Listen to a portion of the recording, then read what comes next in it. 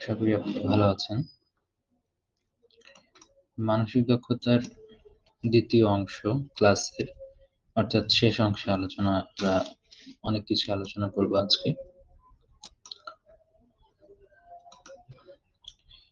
গত ক্লাসের পরে এই ক্লাসে যে বিষয়গুলো আলোচনা করা হবে এতটুকু ভালো করে পড়লেই, মানে এই দুইটা লেকচার যদি ভালো করে পড়েন তাহলে মানসিক দক্ষতা শেষ। প্রতিটা প্রশ্ন যদি বুঝে বুঝে পড়েন আর এর বেসিসে আপনার এমসিকিউ গাইড থেকে যদি আপনি বাকিগুলো সলভ করেন, এর বাইরে আর কিছু লাগবে না। এটা দিয়েই আপনার পুরো মানসিক দক্ষতা কভার হয়ে যাবে। ঠিক আছে, এর বাইরে আর কিচ্ছু লাগবে না। আর যেটা আমি গতদিন বলেছি যে আপনার হচ্ছে বাংলা ইংলিশ থেকে কি পড়তে হবে সেটা তো বলে গিয়েছি। ওগুলো থেকেও তো মানসিক দক্ষতা পাঠের মধ্যে পরীক্ষায় প্রশ্ন হয়, সেগুলো সেখান থেকে পড়বে। আর আপনাদের এই দুটো লেকচারের ভিত্তিতে যে মানসিক দক্ষতা পরীক্ষার যেটা হবে, এটা অনেকটা মানসিক দক্ষতার পুরা সাবজেক্ট ফাইনালের মতোই হবে। সামনে যে দুটো পরীক্ষা দেবে, তো ওইটার জন্য একটু গ্যাপ থাকবে। আপনারা এই গ্যাপের মধ্যে ওই সিনোনিম, অ্যান্টোনিম, সমার্থক শব্দ, বিপরীত শব্দ, সাদৃশ্য, বৈসাদৃশ্য, তারপর অ্যানালজি যেগুলো আছে এগুলো একটু দেখে নেবেন। আর যদি এমসিকিউ গুলো যদি অন্য কোথাও খুঁজে না পান, আমি তো এলটিএম এর মধ্যে যে মানসিক দক্ষতার যে পার্টটা দিয়েছি, এলটিএম এর মানসিক দক্ষতার পার্টের মধ্যে কিন্তু শুরুতেই ওটা দেয়া আছে, মানে মানসিক দক্ষতা অংশের শুরুতেই। তো সেখান থেকে কিন্তু দেখে নিতে পারবেন ওগুলো। যাই হোক, আমি আজকের প্রথম প্রশ্নে আমরা চলে যাই। প্রথমে কিন্তু আমি দিয়েছি সংখ্যাগত দক্ষতা, যদি সংখ্যাগত দক্ষতা নামে ডিরেক্ট আমাদের অধ্যায়ে দেয়াই আছে। হ্যাঁ, তো এটাকে আবার নাম্বার সিরিজ আকারে প্রকাশ করতে পারি আমরা। ঠিক আছে, সংখ্যাগত দক্ষতা অথবা নাম্বার সিরিজ দুটোই বলতে পারি।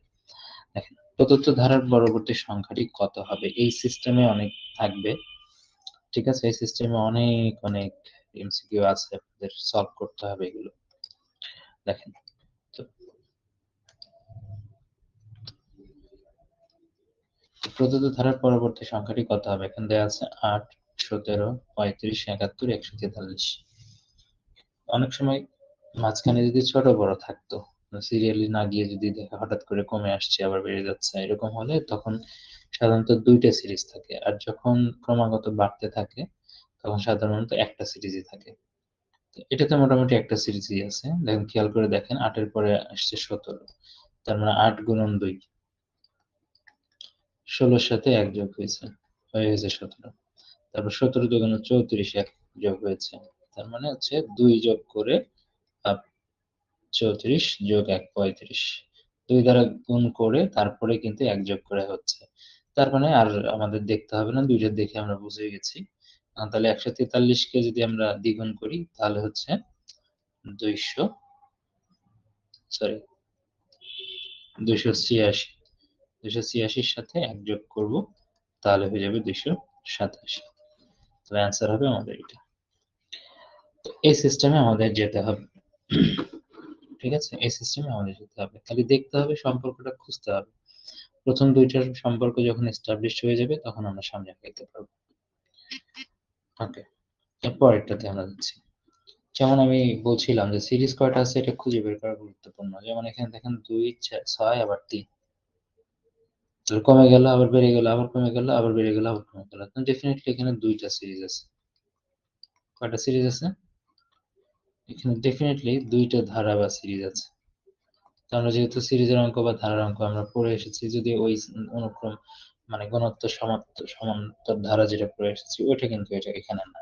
ঠিক আছে, এটা কিন্তু ডিফারেন্ট বিষয়। তো দেখেন, এখানে যেটা বলা আছে তার দুইটা সিরিজ, মানে এখানে দেখেন 2, 3, 4, 5 সিরিয়াল গেছে। তার মানে এখানে প্রশ্ন কিন্তু এরপরে হয়তো 6, কিন্তু এরপরে আছে প্রশ্ন আবার সেকেন্ড সিরিজ নিয়ে কাজ করতে হবে। 6, 13, তারপরে আসে হচ্ছে 20, 20-এর পরে তাহলে কি হবে? 6, 13, 20, তারপরে কত? 6-এর পরে 13 হলো কেন? মানে এর মধ্যে পার্থক্য যদি আমরা দেখি, 7 পার্থক্য কিন্তু। 6, 7, 13। আবার 13 থেকে 20-এর মধ্যে পার্থক্য কত? 7। 7 7 করে বাড়ছে, তার মানে এখানে 20 এর পরে এখানে 7 যোগ করলে হয়ে যাবে 27। 20 এর পরে 7 যোগ করলে হবে 27, তার মানে অ্যান্সার হবে 27। তাহলে এখানে এই দুইটা সিরিজ আছে কিনা এটা একটু ভালোভাবে কনফার্ম হতে হবে। কিভাবে কনফার্ম হবেন সেটা হচ্ছে হঠাৎ করে একটা সংখ্যা বেড়ে যাবে, পরের সংখ্যা আবার হঠাৎ করে কমে যাবে। ঠিক আছে, কমা বাড়ার মধ্যে থাকলে বুঝতে পারবেন যে এটা কি হয়েছে, মানে দুইটা সিরিজ আছে।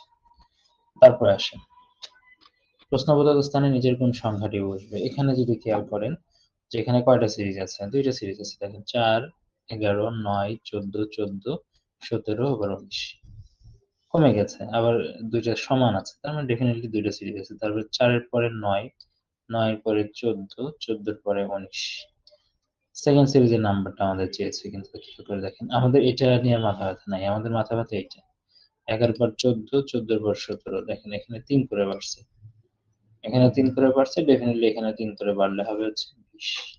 17 পরে 3 যোগ করলে 20 হয়ে যাচ্ছে। তো এই যে এক ধরনের প্যাটার্ন যে ফ্লো চার্ট আকারে যাচ্ছে, মানে একদম সরাসরি কমা দিয়ে কমা দিয়ে কমা দিয়ে করে সামনে আগাচ্ছে। কিন্তু এখন দেখেন খেয়াল করেন যে এখন কিছু চিত্রভিত্তিক থাকতে পারে, এই বিষয়গুলোর দিকে একটু আমাদের আলাদাভাবে খেয়াল রাখতে হবে। ঠিক আছে, এই বিষয়গুলো পরীক্ষাতে আসে, এই টাইপের গুলো পরীক্ষাতে থাকবে। দেখেন এখানে প্রশ্নবোধক স্থানে কোনটা বসবে। এখন আমাদের তার মানে এখান থেকে শুরু করতে হবে, এখান থেকে এই দিকে শুরু করতে হবে। 3 এর পরে আছে 8, 8 এর পরে আছে হচ্ছে 15। দেখেন যদি আমরা চিন্তা করি যে এটা আমরা আমাদের ভাবার স্বাধীনতা কয়েক ভাবে আছে। যদি আমরা 8 পর্যন্ত পৌঁছাইতে আমরা যোগ করে পৌঁছাইতে পারি। যেহেতু 3 এর চেয়ে বড় কোনো কিছুতে আমরা পৌঁছাবো, তো বড় কোনো কিছুতে পৌঁছাতে গেলে আমরা যোগ করে পৌঁছাই অথবা গুণ করে পৌঁছাই। যদি গুণ করে পৌঁছাই তাহলে এটা খেয়াল করেন যে 3 গুণন 2 6 হচ্ছে, 6 এর সাথে আবার 2 2 যোগ করলে 8 হয়ে যাচ্ছে, তাই না? আবার এই কাজটা যদি এখানে করি যে 8 গুণন 2 8 গুণন 2 -1 হয়ে যাচ্ছে, কিন্তু 8 দুগুণে 16 -1। আবার এটা যদি এখানে করেন যে 15 দুগুণে 30 হচ্ছে না, কিন্তু দেখেন -6 হয়ে যাচ্ছে, তার মানে এখানে গুণ আকারে যাওয়া যাচ্ছে না। তো এই প্ল্যান এখানেই বাদ। ঠিক আছে, গুণ করে যোগ করে যাওয়া যাচ্ছে না, তার মানে এই প্ল্যান এখানটাতেই বাদ। আপনাকে কিন্তু এইভাবে কিন্তু আগাইতে হবে। ঠিক আছে, দুইটা জিনিসই ভাবতে হবে এখানে। তাহলে এবার একটু দেখি যোগ করে আগাই, এর মধ্যে এখানের মধ্যে পার্থক্য কত হচ্ছে। এখানে 5 যোগ করলেই হয়ে যাচ্ছে সরাসরি 8। এখানের মধ্যে পার্থক্যটা কত? এখানে কিন্তু 7 যোগ করলেই হয়ে যাচ্ছে। ঠিক আছে, তার মানে 5 7 করে আগাচ্ছে, একটা সিকোয়েন্স আমরা পেয়ে গেলাম। তারপরে দেখেন এখানে কিন্তু 9 যোগ করলেই হচ্ছে 15 9, তার মানে আমরা বিজোড়গুলা 5 7 9 11 13 এইভাবে আগাবে। 11 যোগ করলে এখানে হয়ে যাচ্ছে, খেয়াল করেন 35, তার মানে ডেফিনিটলি এখানে 13 যোগ করব আমরা, 13 যোগ করলে হয়ে যাচ্ছে 48।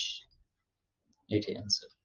তার মানে এই যে সার্কেল যেভাবে আছে চাকার মতো, চাকার আশেপাশে যে সংখ্যাগুলো দেয়া থাকবে, এই সংখ্যাগুলোর ম্যাথ গুলো করার ক্ষেত্রে আপনারা এইভাবেই চিন্তা করবেন। ১ম এ এটার মানে যোগ করে, হয় যোগ করে না হয় গুণ করে ১ মাইনাস বা ১ প্লাস করে আগাই কিন্তু। এর বাইরে কিন্তু আর অন্য কোনো সিস্টেম থাকে না সাধারণত। থাকলে আরো কিছু বর্গ সংখ্যা থাকলে থাকতে পারে। সেভাবে যদি এখানে বর্গ সংখ্যা দিয়ে যদি আগায়, সেটা আগাইলেও আগাইতে পারে। ঠিক আছে? এটা খেয়াল করতে হবে তখন। তারপর আসেন যে প্রশ্নবোধক স্থানে কোন সংখ্যাটি বসবে। তো এখানে যদি আমরা খেয়াল করি যে এটা সিরিয়ালি দিলে দিতে পারত। কিন্তু সিরিয়ালি কিন্তু দেয় নাই। দেখেন এখানে ৬ আছে, ৮ আছে, তারপর ৭ আছে। তার মানে আমরা যদি সিরিয়ালে নিতে চাই তাহলে ৬ ৭ ৮ অর্থাৎ এটার পরে এইটা যাবে, এটার পরে এইটা আসবে। এখানে খেয়াল করেন যে এখানে প্রশ্নবোধক চিহ্ন দিচ্ছে এই ঘরে, অর্থাৎ এই ঘরগুলোতে। তো এই ঘরের রিলেশনটা আমাদের দেখতে হবে। ৬ ৬ ৩৬, ৮ ৮ ৬৪, ৭ ৭ ৪৯, মানে বর্গ করে এই ঘরটা আসছে। তার মানে এটা নিয়ে আমাদের মাথা ব্যথা। এখন এটা নিয়ে মাথা ব্যথা। তাহলে দেখেন ৪ ৬ ২৪, ৪ দ্বারা গুণ করছে। এটা ৮ এর ক্ষেত্রে হচ্ছে ৬ ৮ ৪৮। এই যে। তার মানে আমাদের সিরিয়ালে যদি যাই এখানে ৪ দিয়ে হয়েছে, এখানে ৬ দিয়ে হয়েছে। তার মানে এটার পরে এটা যদি যাই তার মানে এটা ৫ দিয়ে হয়েছে। ৫ ৭ ৩৫। ঠিক আছে? এভাবে চিন্তা করতে হবে আপনাকে। ঠিক আছে? এভাবে চিন্তা করে, করে কিন্তু আপনাকে সামনে আগাতে হবে।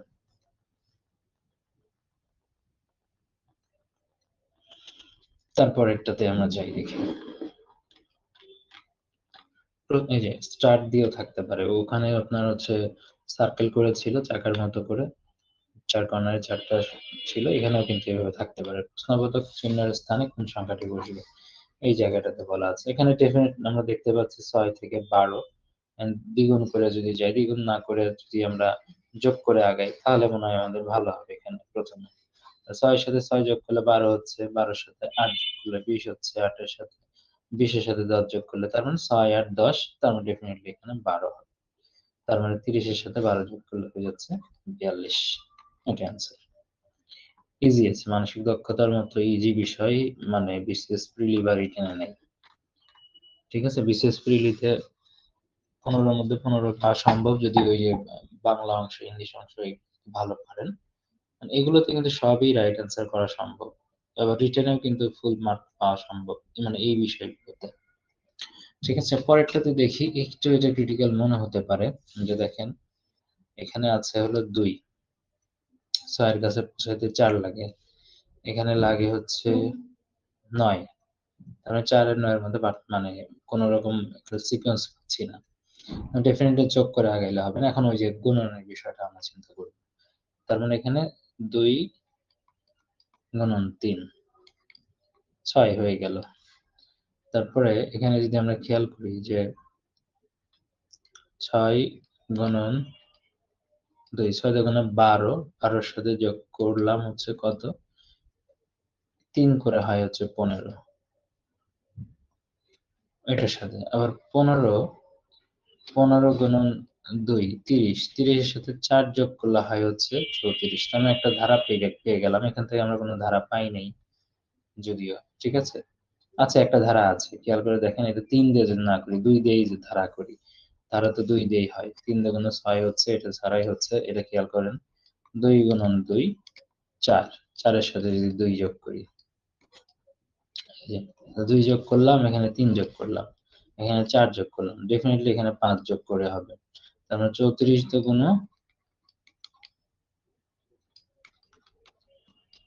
68। ঠিক আছে, 68 সাথে কিন্তু 5 যোগ করে কিন্তু এটা হয়েছে 73 হয়েছে। তার মানে এটা 6 যোগ করতে হবে। 73 কে যদি আমরা 2 দ্বারা গুণ করি, ঠিক আছে, 73 কে আমরা 2 দ্বারা গুণ করলে আমরা পাবো কত, 148, তাই না? 100, 4 4 7 গুণ 14, তাহলে 146 পাবো। 146 এর সাথে যদি 6 যোগ করি তাহলে হবে হচ্ছে 152। তার মানে 152 আমাদের রাইট অ্যান্সার। তাহলে এইভাবে আপনাকে চিন্তা ভাবনা করতে হবে, মানসিক দক্ষতা চিন্তা ভাবনা করে প্র্যাকটিস করার বিষয়। তারপর আসেন, এইভাবে থাকতে পারে প্রশ্নবোধক স্থানে কোন সংখ্যাটি বসবে।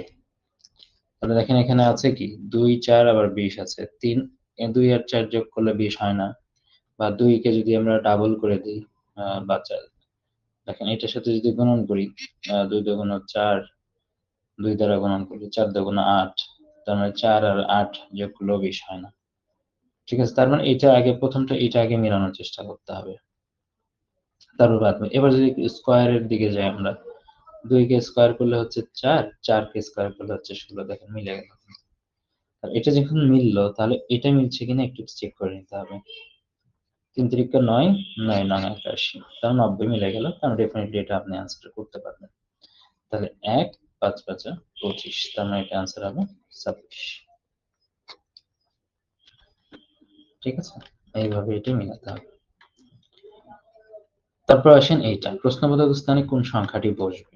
দেখেন এই জায়গাটাতে এখানে কি দিয়েছে, প্রশ্নবোধক চিহ্ন দিয়েছে, তার মানে আমাদের হেল্প নিতে হবে হচ্ছে এই পাশের দুটো থেকে, যে এরা কিভাবে হলো। ঠিক আছে, এরা কিভাবে হলো, এখান থেকে আমাদের হেল্পটা আমরা নিতে পারি। ঠিক আছে, আবার আরেক ভাবে করা যায়, যেহেতু মাঝখানে মানে দুই পাশ থেকে হেল্পটা নিতে হবে। যেহেতু মাঝখানে চেয়েছে, এই দুইটা থেকে হেল্প আসবে, আবার যেহেতু মাঝখানে আছে, আবার এই দুইটা পাশ থেকে মানে এটা আর এটা ক্যালকুলেশন করে মাঝের টাচটি কিনা এটা দেখতে হবে। ঠিক আছে, মানে এই দুইটা ক্যালকুলেশন করে মাঝেরটা আসছে কিনা। আবার এটা করা যায় যে এই দুইটা ক্যালকুলেশন করে শেষেরটা আসছে কিনা, বা এই দুইটা করে শেষেরটা আসছে কিনা। অর্থাৎ এইটার কাছে আসতে গেলে আমাদের দুই দিক থেকে ভাবতে হবে। উপর দিকে ভাবতে গেলে হচ্ছে শেষেরটা, আর এই বাম থেকে ডান দিকে ভাবতে গেলে ভাবতে হবে যে মিডলেরটা কিভাবে আসলো। প্রথমে যদি এটা দেখি ৩ আর ৭, আবার ৩ আছে, ৪ আর ৫, আবার ৫ আছে। তাহলে এখানে যদি আপনি আম কি করেন, এটা কোনোভাবে করলেও মনে হয় না আসবে। দেখেন ৩ আছে, এটাকে যদি আপনি ৩ আনার জন্য ৩ তিরিক্কা ৯, ৩ চারা ১২, তাও আসবে না। সেখান থেকে ৭ বাদ দিলেও আসবে না। তার মানে এই সিস্টেম করে হয়তোবা আসবেই না। ঠিক আছে? তাহলে এদিক থেকে একটু চিন্তা করি। ঠিক আছে? ৩ আর ৪, ৩ আর ৪ ১২। এই ১২ র সাথে যদি ৩ যোগ করি তাহলে কিন্তু ১৫ আনা সম্ভব। পরেরটা দেখি।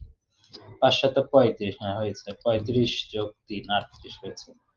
কারণ ৩ যোগ করছি। তার মানে এখানে ৩ ৫ ১৫, ১৫ যোগ ৩ সমান হচ্ছে ১৮। এই ২ টা দিক থেকে আপনাকে চিন্তা ভাবনা করতে হবে। করে অ্যান্সারটা আনতে হবে।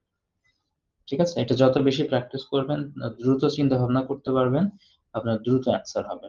ঠিক আছে? আমি বেশ কিছু প্র্যাকটিস কিন্তু এখানে করালাম সংখ্যাগুলো।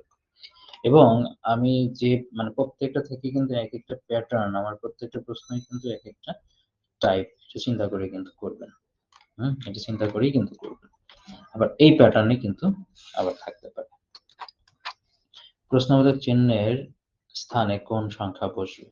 অর্থাৎ এই মিডলে। এটা একটু তুলনামূলক জটিল মনে হচ্ছে, প্রত্যেকটাতেই ৫ টা করে নাম্বার আছে। ঠিক আছে? তো ৫ টা নাম্বারের মধ্যে শুরুরটা আমরা একটু মেলানোর চেষ্টা করব। ২৫ কিভাবে হয়েছে? যখন এইভাবে উপর নিচে থাকে, ডানে বামে যখন থাকে, তখন সাধারণত এটার সাথে এটা ক্যালকুলেশন করতে হয়, এটার সাথে এটা ক্যালকুলেশন করতে হয় সাধারণত। তো এমনিতেই যদি আমরা যোগ করার চেষ্টা করি যে ৩ আর ৬ হচ্ছে ৯, আর ৪ আর ২ হচ্ছে ৬। তাহলে ১৫ হচ্ছে। ২৫ কিন্তু হচ্ছে না।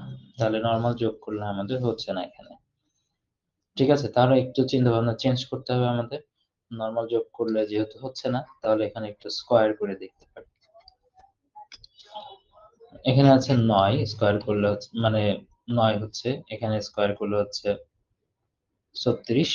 তার এটা বেড়ে গেল কিন্তু। এখানে বেড়ে গেল এবং কি হয়ে গেল? কত হইল এখানে দেখেন। ৪৫ হয়ে গেল। ঠিক আছে? আর এখানে হচ্ছে ৪, এখানে হচ্ছে ১৬।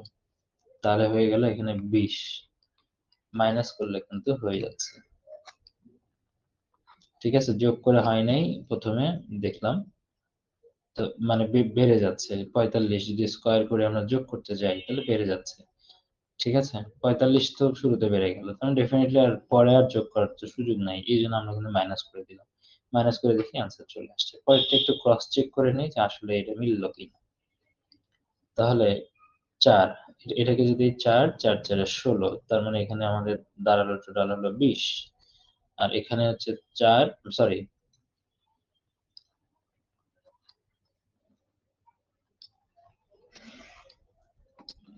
৩ ৩ এ হচ্ছে ৯ আর ১০। তাহলে এখান থেকে ১০ বাদ দিলে ১০ই আমরা পাচ্ছি, যেটা ব্র্যাকেটের মধ্যে আছে। আর পরেরটা তাহলে ডেফিনিটলি হয়ে যাচ্ছে এখানে ২৫, আর এখানে হচ্ছে ৪। টোটাল হলো ২৯ মাইনাস এটা হলো ৪, এটা হলো ৯, তার মানে ১৩। ২৯ মাইনাস ১৩ যদি করি তাহলে অ্যান্সার হবে ১৬। এটাই অ্যান্সার। এটা তুলনামূলক মানে ক্রিটিক্যাল থিংকিং এর মধ্যে আপনাকে যেতে হচ্ছে এটা জানার জন্য। তো ক্রিটিক্যাল থিংকিং এর মধ্যে যেতে হচ্ছে, ডেফিনিটলি বুঝতে পারছেন যে এটা একটা অ্যাডভান্স লেভেলেরই। আমি যেহেতু শেষের দিকে রেখেছি এটা। তাহলে এটা একটু এভাবে ক্রিটিক্যাল থিংকিং করে আপনাকে করতে হবে। এভাবে বেশি করে প্র্যাকটিস করবেন। এই টাইপের আসলে যেন আপনি পারেন। ঠিক আছে? সেই জন্য। পরেরটা ১১ নম্বরের দিক যদি আমরা দেখি। এখানে হচ্ছে ঐরকম প্রায় ওইটার মতোই। ঠিক আছে? জাস্ট এটা ছিল মানে এইভাবে ফিগার আউটটা করা ছিল, আর এটার ফিগার আউটটা করা আছে যে এইভাবে। ২ টা কিন্তু সেম জিনিস। ২ টা সেম জিনিস। দেখেন এখানে আমাদের কি করতে হবে, এটা ওইটার মতো যদি যাই, যে দেখেন মিডলের সংখ্যাগুলো সব ছোট ছোট, তাহলে ডেফিনেটলি এটা মাইনাস বা সামথিং, মাইনাস ডেফিনেটলি করতে হবে কোথাও না কোথাও। এটা যদি আমরা খেয়াল করি যে মাইনাস বা প্লাস, মাইনাস করে প্লাস বা প্লাস করে মাইনাস করা লাগতে পারে। প্রথমটা মিলানোর চেষ্টা করি। 10 আর 9 যদি হয় তাহলে 19 হচ্ছে। 19 আর এখানে কত হচ্ছে 12 আর 15 হয়ে যাচ্ছে 27। তার মানে কোনোভাবেই কিন্তু এখানে আমরা যদি এটা থেকে আমরা বিয়োগ করি 27 মাইনাস 19 যদি বিয়োগ করি তাহলে 8 হচ্ছে। 8 এর জায়গায় 4 আছে মানে হাফ আছে। আচ্ছা মেনে নিলাম যে এটা এইভাবে হতে পারে। তাহলে এটার সাথে এটা আমাদের আগে যোগ করতে হবে। যোগ করলে হবে 40।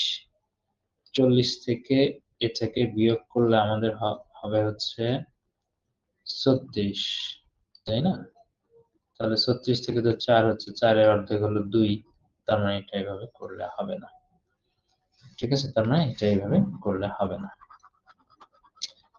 তাহলে আমাকে অন্য ওয়েতে যেতে হচ্ছে মিডলটা আনতে গেলে। তাহলে অন্য ওয়ে হতে পারে যে দেখেন খেয়াল করেন যে এটা থেকে এটা যদি বিয়োগ করি 1 হয়। 10 থেকে 9 বিয়োগ করলে 1 হচ্ছে। আর 15 থেকে 12 বিয়োগ করলে হচ্ছে 3। তাহলে মিডলেরটা এসে গেছে 4 যোগ করে। ঠিক আছে?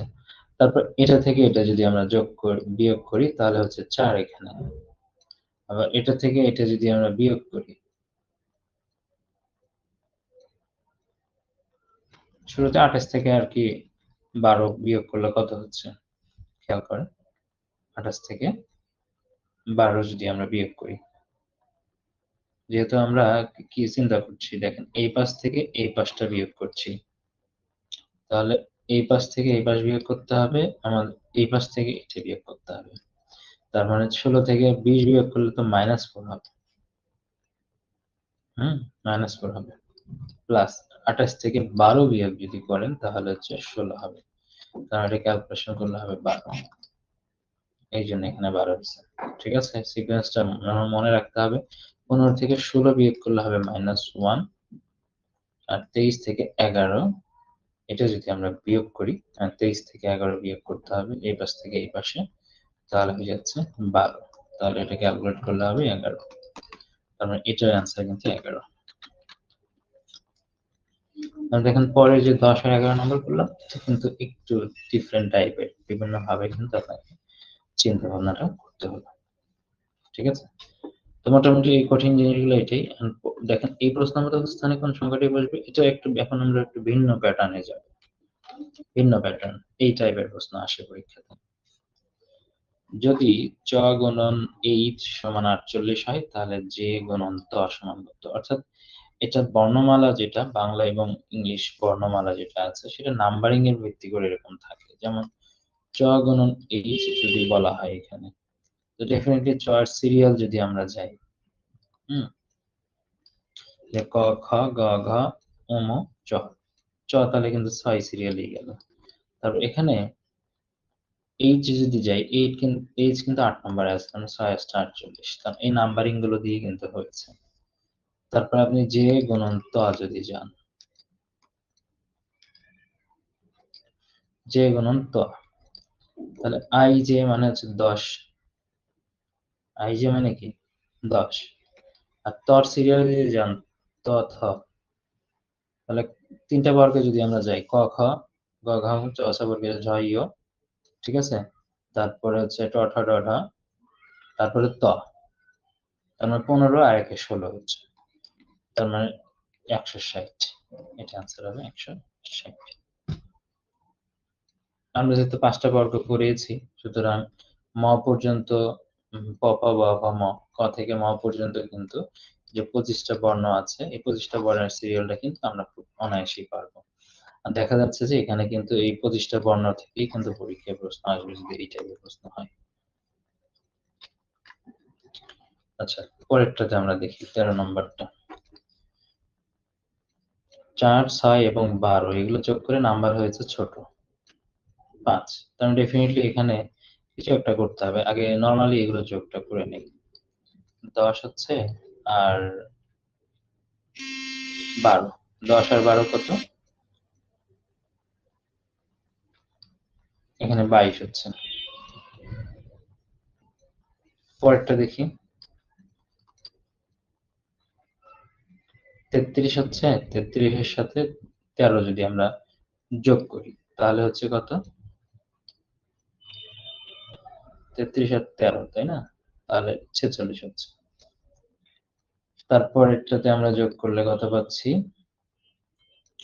এখানে 25, 25 এর সাথে হচ্ছে 8 যোগ যদি করি তাহলে এখানে 33 হচ্ছে, তাই না? 25 এর সাথে 8 যোগ করলে আমাদের এখানে 33 পাচ্ছি।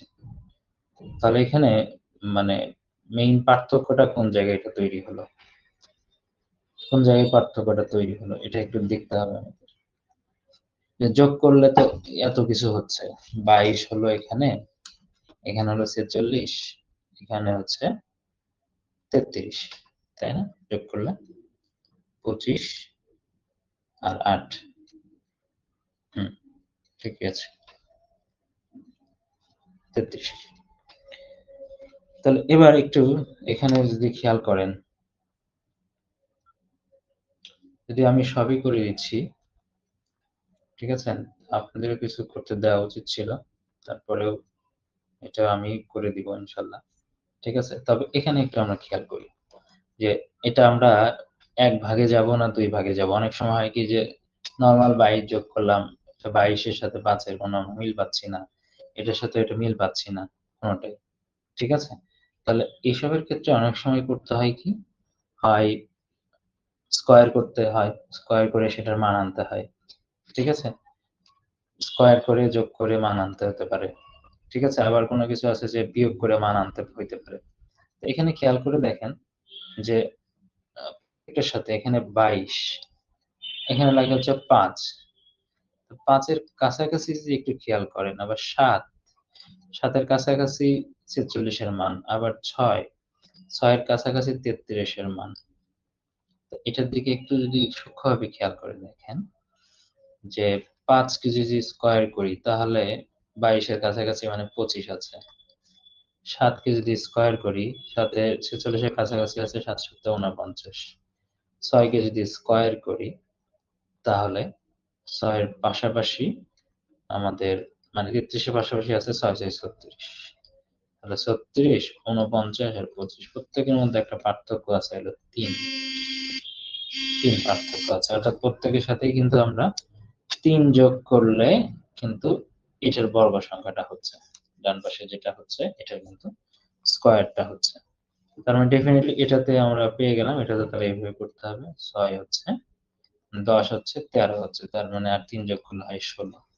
তার মানে এখানে হবে এটার বর্গমূল মানে হচ্ছে ৪ হবে। তো এটা ডেফিনিটলি একটু কঠিন। আমাদের একটু কঠিনভাবেই চিন্তা করতে হবে। সহজগুলো তো এতক্ষণ আমি দেখিয়ে দিয়েছি আপনাদের, হ্যাঁ? কিছু জিনিস কঠিন থাকবে সেগুলো তো একটু অভ্যস্ত করাচ্ছি। এগুলো দেখে আপনারা হচ্ছে আরো বেশি অনুশীলন করবেন। পরেরটাতে আসেন। পরেরটা দেখেন ৪ আর ২ এগুলো ইজি। যেমন ৪, ২ হচ্ছে ৮ হওয়ার কথা ২৬ হয়েছে। এটার একটা মিল আছে যে ৪ প্লাস ২ এগুলো হচ্ছে ১৪ ধোঁয়াশা শুধু আর কিছু না। দেখেন ৪ আর ২ আছে। ধোঁয়াশা জাস্ট। ৪ এর মধ্যে থেকে ২ বাদ দিলে হয় ২ খেয়াল করেন। ১ম এ বিয়োগ করছে, পরেরটা যোগ করছে। ৪ আর ২ ৬। পরেরটাও তাই। এটা থেকে এটা বিয়োগ করছে। বিয়োগ করে হয় ৭। তারপর ৯ আর ২ যোগ করলে হয় ১১। তারপর ২ থেকে ১ বিয়োগ করে হয় ১। তারপর ২ আর ১ যোগ করলে হয় ৩। এভাবে কিন্তু হয়ে যায়। তার মানে এটাও আমরা এভাবে করব। এখান থেকে এটা বিয়োগ করলে হবে ১। আর এটার সাথে এটা যোগ করলে হবে ৯। ১৯। এভাবে করলেই হয়ে যাচ্ছে। আচ্ছা। ১৫ নাম্বার হচ্ছে এই টাইপের ম্যাথ অনেক সময় দশমিক আকারের ম্যাথগুলো কিন্তু বিসিএস প্রিলিতে বা রিটেন পরীক্ষাতেও আসে। ঠিক আছে? তো এই জায়গায় এই ম্যাথটা আপনার জন্য হোমওয়ার্ক থাকুক। আপনার অ্যান্সার করে বের করেন। এটা আসলে করে দেওয়ার মতো কিছু নেই। আমরা জানি যে এগুলোর ক্ষেত্রে ১ম এ হচ্ছে অঙ্কের ক্ষেত্রে ভাগের কাজটা আগে করতে হয়। ভাগের কাজটা করবেন, তারপরে ২ পাশে গুণনের কাজটা করবেন। করে অ্যান্সার কত হয় সেটা কিন্তু এখান থেকে একটা মার্ক করবেন। ঠিক আছে? অ্যান্সার কত হয় সেটা আমাকে জানাবেন, হ্যাঁ? কত হয় জানাবেন কিন্তু। আর যদি না পারেন সেটাও জানাবেন, হ্যাঁ? চ্যাট বক্সে জানায় দিবেন অথবা কমেন্ট করবেন। তো আমরা মোটামুটি সংখ্যাগত দক্ষতা বা নাম্বার সিরিজটা আমরা কমপ্লিট করে ফেলেছি। এবার আসেন সময় ঘড়ি বা মধ্যবর্তী কোণ নির্ণয় 100% ইম্পর্টেন্ট। সময় বের করা বা সময় মানে হচ্ছে ঘড়ি। আর এই ঘড়ির মধ্যবর্তী কোণ। ঠিক আছে, এখানে বেশ কিছু বিষয় আছে, আমি যেটা হ্যান্ড রাইট করবো সেটাও আছে, সেটা আপনাকে লিখতেও হবে। তো দেখেন, এখানে একটা প্রশ্ন দিয়ে আসলে শুরু করা হয়েছে যে একটি ঘড়িতে 4:50 বাজে, ঘন্টার কাঁটা এবং মিনিটের কাঁটার মধ্যবর্তী কোণ কত? ঠিক আছে, এটা নিয়ে কিন্তু আমাদের সূত্র আছে, আমরা জানি। সেই সূত্রটা কি? 11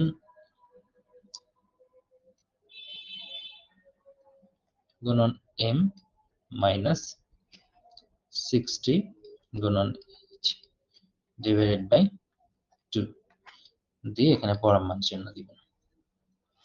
m তে হচ্ছে মিনিট আর h তে হচ্ছে আওয়ার বোঝানো হচ্ছে, ঘন্টাটা বোঝানো হচ্ছে এখানে। এটা সূত্র।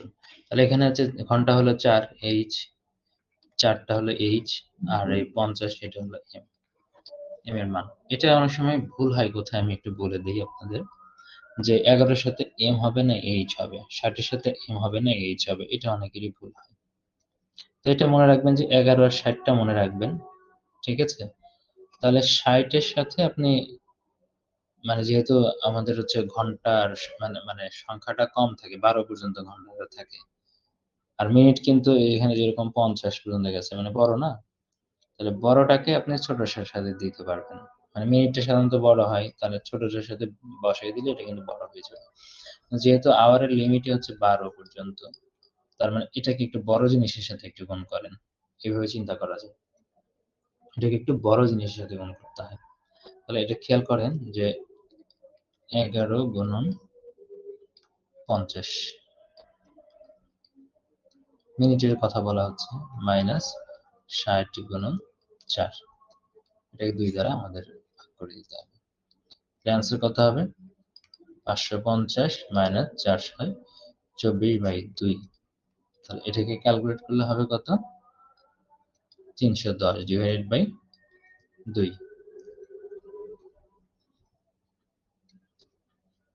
ঠিক আছে, তার এখানে কি হবে? 150 মানে হচ্ছে 300, আর যেহেতু ডাবল আছে তার মানে 155 ডিগ্রি। এই 155 ডিগ্রি হচ্ছে অ্যান্সার। এখন কোনো কারণে যদি দেখেন যে এই রেজাল্ট 155, এখানে দেখেন মাইনাস থাকলেও সমস্যা নাই, মাইনাস আসলে পরম মানের মধ্যে আসবে, আসলে সেটা প্লাস হয়ে যাবে। ঠিক আছে, মাইনাস থাকলেও কিন্তু সমস্যা নেই, পরম মানের মধ্যে আসলে সেটা প্লাস হয়ে যাবে। এখন যদি কোনো সময় দেখেন যে এখানে যে মানটা আনলেন, এই কোণের মান যদি 180 ডিগ্রির বেশি হয়, 80 এর বেশি হলে 360 থেকে বিয়োগ করতে হবে। 360 থেকে নির্ণীত কোণ বিয়োগ করতে হবে। যে কোণটা আপনি পাইলেন খুঁজে, সেটা কিন্তু বিয়োগ করলে যে আনসারটা হবে সেটা। ঠিক আছে, সেটাই হবে, সেটার আনসার। এটা ভালোভাবে খেয়াল করবেন। যদি 180 হয় তাহলে 180, যদি 180 এর বেশি হয়ে গেলে তখন কিন্তু সেটাকে বিয়োগ করতে হবে। 180 এর বেশি যদি 5 ও হয়, 10 ও হয়, যাই হোক না কেন সেটা কিন্তু 360 থেকে বিয়োগ করে সেটার মানটা আনতে হবে। এটা ভালোভাবে খেয়াল করবেন। এবার আসেন যে আমি এখানে আরো কিছু বিষয় আপনাদের লিখে দিব। যদি এটা পরেরটা দিয়েই আমরা লিখতে পারি, পরেরটা বুঝিয়ে দিয়ে লিখি।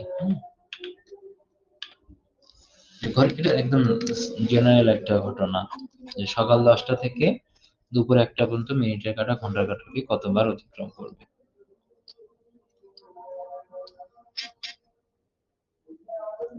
10টা 11টা, তাই না? 9টা 10টা 11টা 12টা 12টা 1টা, এই 10টা থেকে নিয়ে 1টা পর্যন্ত, 1টার মধ্যে কিন্তু বলছে, এখান থেকে নিয়ে এই পর্যন্ত এই ঘন্টার কাঁটা মিনিটের কাঁটাকে কতবার, মানে মিনিটের কাঁটা ঘন্টার কাঁটাকে কতবার অতিক্রম করবে? এই 1টা ঘন্টা, এই 1টা ঘন্টা। তার মানে অতিক্রম করা কিন্তু এই দুইটাকেই অতিক্রম করে যাবে, এটাই বলছে। কয়বার অতিক্রম করবে? 2 বার অতিক্রম করবে। জাস্ট এটা বুঝলেই হবে। হুম? তা এবার একটু কয়েকটা টার্ম, মানে কয়েকটা বিষয় এখানে আমরা একটু লেখার চেষ্টা করব। সেটা হলো, ঘড়ির কাঁটা যদি সম্পূর্ণ ঘোরে, এখান থেকে প্রশ্ন হয় কিন্তু। ঘড়ির কাঁটা সম্পূর্ণ ঘুরলে উৎপন্ন কোণ হয়, মানে কোণ উৎপন্ন হয় টোটাল 360 ডিগ্রি। কারণ এই যে পুরোটা, এইটুকু যে পুরোটা ঘুরে আসে, বৃত্ত হয় না? তার মানে এখানে যে পুরো বৃত্তটা কাভার করে, পুরো বৃত্তের যে কোণটা 360 ডিগ্রি, তার মানে পুরোটা হচ্ছে 360 ডিগ্রি। অর্থাৎ আ আমরা যদি বলি তাহলে প্রতি ঘন্টায় মানে কত ডিগ্রি কোণ উৎপন্ন করে? প্রতি ঘন্টায় উৎপন্ন কোণ। আপনি খেয়াল করেন প্রতি ঘন্টায় উৎপন্ন কোণ কত হবে? 360 ডিগ্রি আর ঘন্টা আছে আপনার 12 টা। ঠিক আছে? 12 ঘন্টা। তার মানে ৩ বারং ৩৬। তার ৩০ ডিগ্রি। এখান থেকে এখানে কি ১২ টা ঘন্টা আছে। আপনি দিনে ২৪ ঘন্টা হবে, সমস্যা নেই। আপনার ঘড়ির ঘন্টা কিন্তু ১২ টা। এখানে ১২, এখানে ৬, এখানে ৩, এখানে ৯। টোটাল ১২ টা ঘন্টা। তার মানে প্রত্যেকটা কাঁটা, এই কাঁটা, একটার কাঁটা, এটার মাঝখানে, তারপরে এখানে ২ টার কাঁটা, এটা ৩ টার কাঁটা। তার মানে প্রত্যেকটার মাঝখানে কিন্তু ঘন্টার কাঁটার মধ্যে কিন্তু ৩০ ডিগ্রি করে কোণ আছে। ৩০ ডিগ্রি। প্রত্যেক ঘন্টায় কিন্তু ৩০ ডিগ্রি হচ্ছে। ঠিক আছে? এটা খেয়াল রাখতে হবে।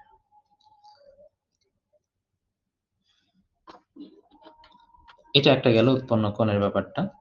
কোণের সাথে আরো কিছু আছে যে প্রতি ঘন্টায় যখন বলা হলো। আর প্রতি মিনিটে কি হতে পারে খেয়াল করেন। প্রতি মিনিটে। প্রতি মিনিটে তাহলে কি করে? ঘন্টার কাঁটার উৎপন্ন কোণ।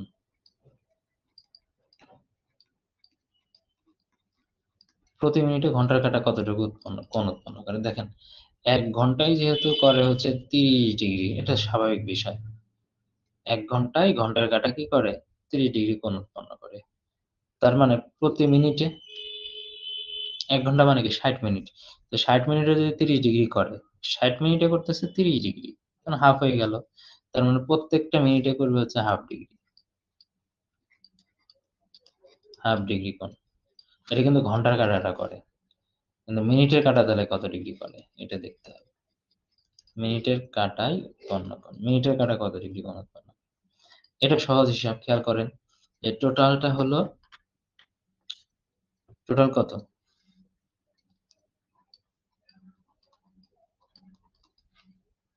৩৬০। Total ৩৬০ degree. আর মিনিটে ১ ঘন্টায় আছে ৬০ মিনিট। তার মানে মিনিটের কাঁটা কয় ডিগ্রি কোণ উৎপন্ন করবে? এটা দিয়ে কেটে গেল ৬, ৬, ৩৬। ৬ ডিগ্রি কোণ উৎপন্ন করে। প্রত্যেকটা মিনিটে মিনিটের কাঁটা কত ডিগ্রি কোণ উৎপন্ন করে? অর্থাৎ প্রত্যেকটা মিনিটে কত ডিগ্রি কোণ উৎপন্ন হয়? একটা করে মিনিট যে যায়, ১ মিনিট, ২ মিনিট, ৩ মিনিট, এটা ২ ভাবে করা যায়। খেয়াল করে দেখেন। দেখেন এখানে যদি আপনাকে একটু চিন্তা করে দেখাই, একটু বড় করেই চিন্তা করাচ্ছি। এখানে ১২, এখানে ধরেন ১ টা বাজলো। ঠিক আছে? যেহেতু এই ঘন্টার মধ্যে কি ৩০ আছে না? ৩০ ডিগ্রি কোণ আছে। আর এখানে ছোট, ছোট আরো ৫ টা দাগ থাকে না? ৫ টা ভাগ করা থাকে না? ৪ টা দাগ থাকে, ভাগ করা থাকে ৫ টা। তারপরে গিয়ে এখানে ৫ টায় যখন মানে ৫ টা যখন গেল তখন তো মানে ১ টার কাছে পৌঁছাইলো, মানে ৫ মিনিট হলো। তার মানে এখান থেকে এইটুকুতে যদি ৩০ ডিগ্রি থাকে, তার মানে প্রত্যেকটা মিনিটের কাছে কয় ডিগ্রি আছে? ৬ ডিগ্রি করে আছে। যেহেতু ৫ টা আছে তার মানে কি ৫, ৬, ৩০। তাই না? এখান থেকেই কিন্তু হয়ে গেল আপনার। ঠিক আছে? এখানে যে ঘন্টায় যে উৎপন্ন কোণ ৩০ ডিগ্রি, সেখান থেকে মিনিটে যে উৎপন্ন কোণ ৬ ডিগ্রি, এটা তো বের করা খুব একটা আহামরি কিছু না। ঠিক আছে? আহামরি কিছু না। এখান থেকেও কিন্তু এটা চিন্তা করলেই বের হয়ে যাচ্ছে। তারপরে আসেন, আ এরপরে আরেকটা জিনিস শিখাবো এখানে, যে প্রতি ঘন্টায়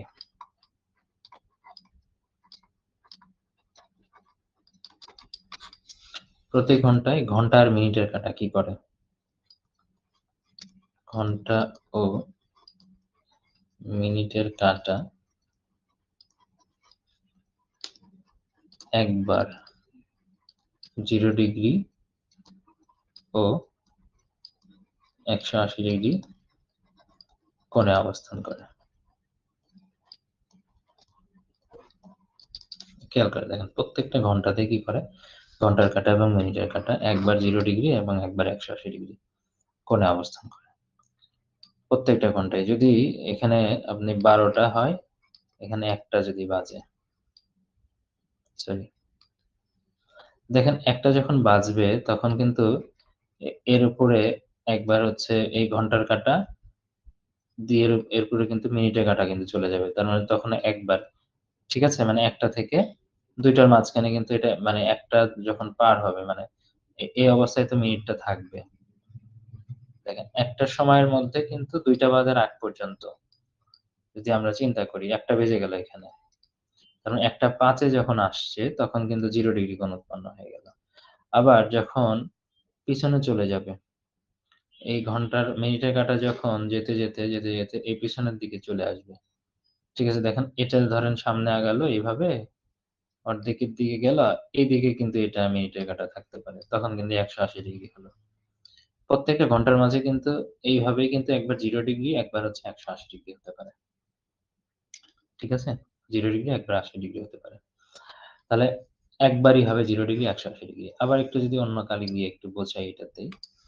খেয়াল করেন যে এখানে তো একটা বাজলো। একটা বাজার পরে এই বরাবর একটা দাগ থাকতে পারে। মানে একটা বাজার পরে আরকি, হ্যাঁ? যদি ধরেন এই দিকে আসি যে একটা বাজলো, একটা থেকে আমরা ১২টা থেকে ১টার মধ্যে যদি আসি দেখুন ঘড়ির কাঁটা ধরেন আচ্ছা এটা হচ্ছে না এখানে। বেশি এলোমেলো হয়ে যাচ্ছে। ১২টা এটা হলো ১টা। এটা মাঝখানে, তাই না? তো এখানে কিন্তু আবার ঘন্টার কাঁটা, মিনিটের কাঁটা যেটা পরস্পর ৯০ ডিগ্রি বরাবর থাকতে পারে। ঠিক আছে? পরস্পর ৯০ ডিগ্রি বরাবর থাকতে পারে ঘড়ির কাঁটা এবং ধরেন এখানে ১২টা পার হয়ে গেল বা ১টা পার হোক, হোক সমস্যা নাই। এখানে হচ্ছে ২ টা, তারপরে এখানে ৩ টা। ঠিক আছে? একবার কিন্তু ঘন্টার কাঁটা কিন্তু প্রত্যেকটা ঘন্টার মাঝখানে এই বরাবর একবার যাবে। ৯০ ডিগ্রি কোণ উৎপন্ন হলো। খেয়াল করে দেখেন। ঠিক আছে? তারপরে আ যখন আপনার এই বরাবর আসবে, তখন আবার একটা ৯০ ডিগ্রি কোণ উৎপন্ন হলো। মানে একবারই দেখাচ্ছি। মানে ২ পাশে। এই পাশে একবার হওয়ার চান্স আছে, এই পাশে একবার হওয়ার চান্স আছে কিন্তু। যখন এটা ঘুরে আসবে এইদিকে তার মানে হচ্ছে ঘন্টার কাঁটা, মিনিটের কাঁটা প্রত্যেকটা ঘন্টায় কি করবে? ২ বার ৯০ ডিগ্রি কোণে অবস্থান করবে। ঠিক আছে? ২ বার বা লম্বভাবে অবস্থান করে। ৯০ ডিগ্রি বা ৯০ ভাবে লম্বভাবে। তো এটা একদম এক্সাক্ট ওইভাবে আমি দেখাইতে পারলাম না। কারণ মানে একটার সাথে আরেকটা আমি মিলায়ে দেখাতে পারছি না এখানে। কিন্তু যদি একটা ঘন্টার কাঁটা এটা মনে করেন, তার মানে মিনিটের কাঁটা একবার তো এই অবস্থায় থাকবে। আবার একবার তো এই অবস্থায় থাকবে। মানে একটার সময় তো আর ঘন্টার কাঁটা এখানে থাকে না। মিনিটের কাঁটা এখানে থাকে না। সেটা ১২টা বরাবরই থাকে। তখন তো ৯০ ডিগ্রি হয় না। এটা যখন একটু ধরেন আরো নিচে নেমে আসবে, তখন এই অবস্থায় যখন থাকে তখন ঘন্টার কাঁটা তৈরি হয়ে যায় ৯০ ডিগ্রির সাথে। আবার যখন এটা ২ টা বাজার আগেই আবার এই অবস্থায় থাকে, তখন আবার নিচের দিকে যখন মিনিটের কাঁটা চলে আসে, ধরেন ১:৩০ বাজলো। এটা সরাসরি মানে ইয়ের সাথে ভালো করে বোঝানো যাবে। মানে দাঁড়ান কয়টার দিকে বোঝানো যায়? ৩ টার দিকে ভালো করে বোঝানো যাবে মনে হচ্ছে। তাও হবে না।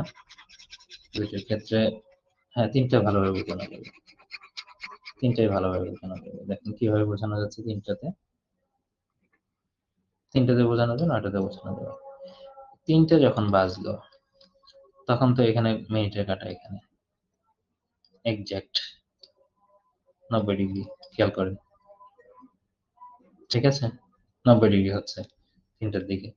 আবার যদি আপনি ৩:৩০ টার দিকে এটা ৩ টা বাজলো, এটা ৪ টা। কিন্তু আবার ৩:৩০ টার দিকে আবার পুরোপুরি হবে না। মিনিটের কাঁটা যখন এখানে আসবে, তার একটু বাঁকবে তো। ৩:৩০ টার দিকে অর্ধেকে যাবে। ঠিক আছে? ৩:৩০ টার এখানেও কিন্তু ৯০ ডিগ্রি হবে না। ৩:৩০ টা যখন পার হয়ে যাবে তখন এই অবস্থায় গেলে কিন্তু হয়তোবা এটার সাথে ৯০ ডিগ্রিটা হতে পারে। এই বরাবর। ঠিক আছে? এটাও নড়বে, এটাও যে নড়বে। ঠিক আছে? এটা দিয়ে একটু হলেও ভালোভাবে কিন্তু বোঝানো গেল। যাক, প্রতি ঘন্টায় এটা গেল। এবার আসেন যে এবার একটু দিনের হিসাব যদি আমি দেই, দিনের হিসাবটা একটু লিখে নেন। ১ দিনে বা ২৪ ঘন্টায়। টোটাল ২৪ ঘন্টার কথা বলছি কিন্তু ১২ ঘন্টার হিসাব না। ১ দিনে বা ২৪ ঘন্টায় ঘন্টার কাঁটা,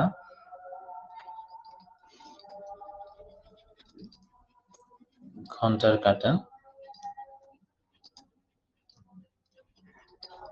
মিনিটের কাটার বিপরীতে অবস্থান করে,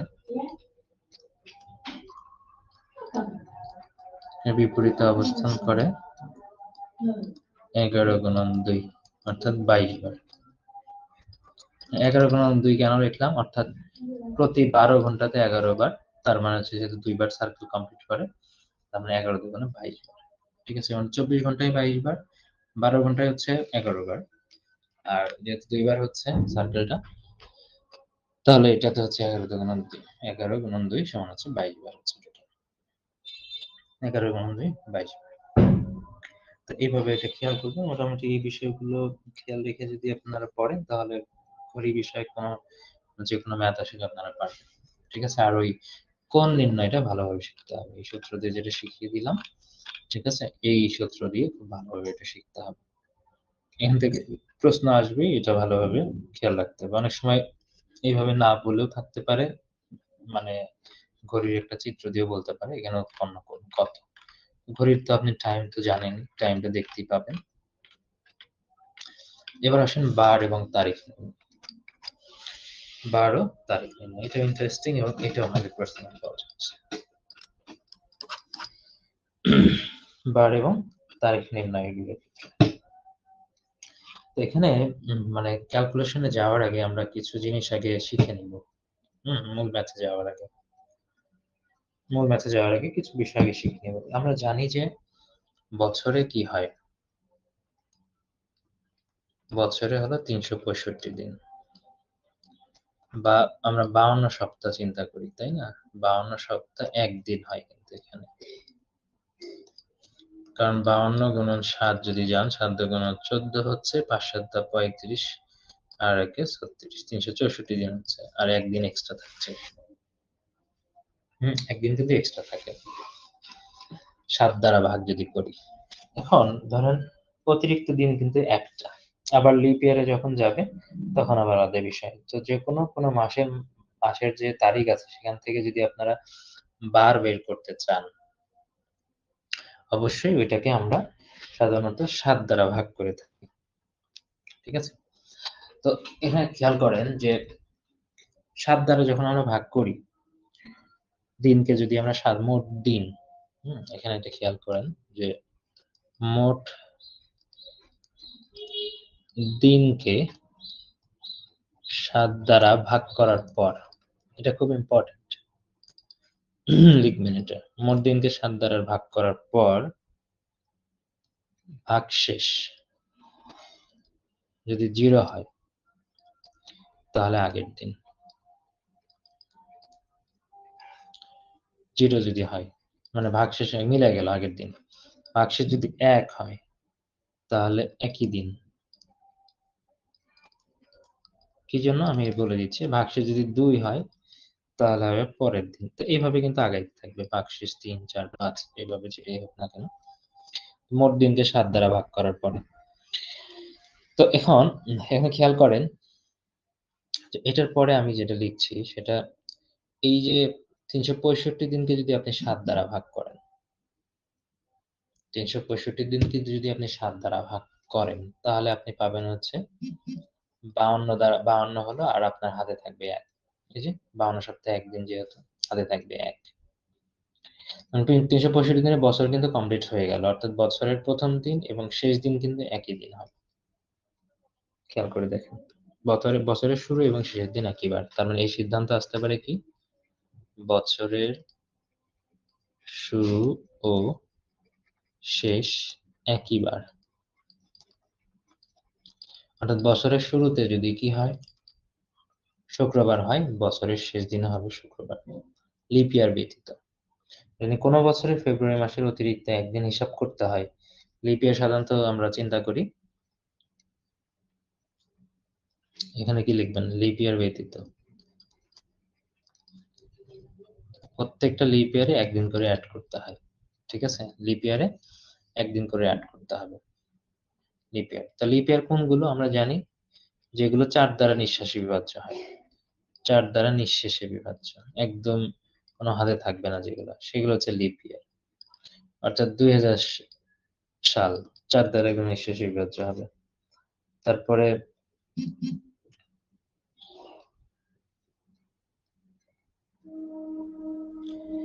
2004 সাল, এইভাবে প্রত্যেক 4 বছর পর পরই যেটা আসে। এখন 2024 সাল যেটা আসবে, ঠিক আছে? তখন এটা লিপ ইয়ার হবে। ঠিক আছে? তো এভাবে আগাবে। তাহলে বছরের শুরু এবং শেষ হলো একই বার হয়। ঠিক আছে? আর পরের বছরে যদি হয়, পরের বছরের সেম দিন যদি বলা হয়, পরের বছরের সেম দিন যদি খেয়াল হয় যে, আমি যদি বলি যে 2022 সালের ১ জানুয়ারি যদি বলা হয় শুক্রবার, তাহলে 2023 সালের ১ জানুয়ারি হবে হলো শনিবার।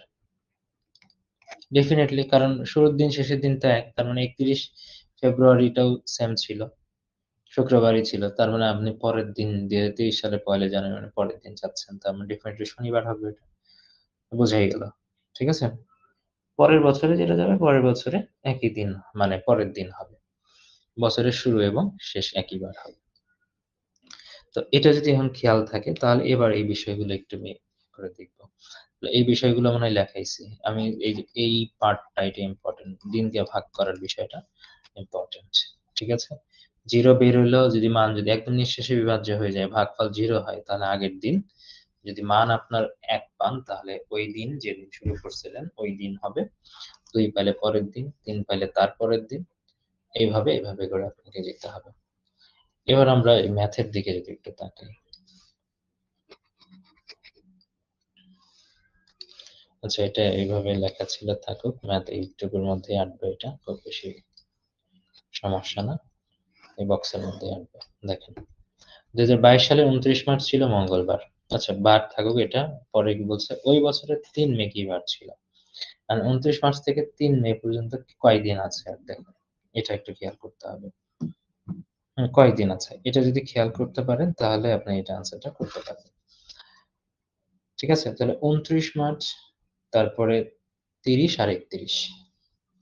29, 30 এবং 31। তার মানে এখানে আর ২ দিন থাকছে এখানে। ঠিক আছে? মাঝখানে আর কত দিন পাচ্ছেন? ২ দিন সময় পাচ্ছেন। ঠিক আছে? ২ দিন কিন্তু সময় পাচ্ছেন এখানে। আর পরের কি মার্চ মাস গেল, তারপরে হচ্ছে এপ্রিল মাসের দিকে যাবেন। ঠিক আছে? এপ্রিল মাস কয় দিনে ছিল? জানুয়ারি, ফেব্রুয়ারি, মার্চ, এপ্রিল। তার মানে এপ্রিল মাস কিন্তু আবার ৩০ দিনে হচ্ছে। এপ্রিল মাস কয় দিনে? ৩০ দিনে।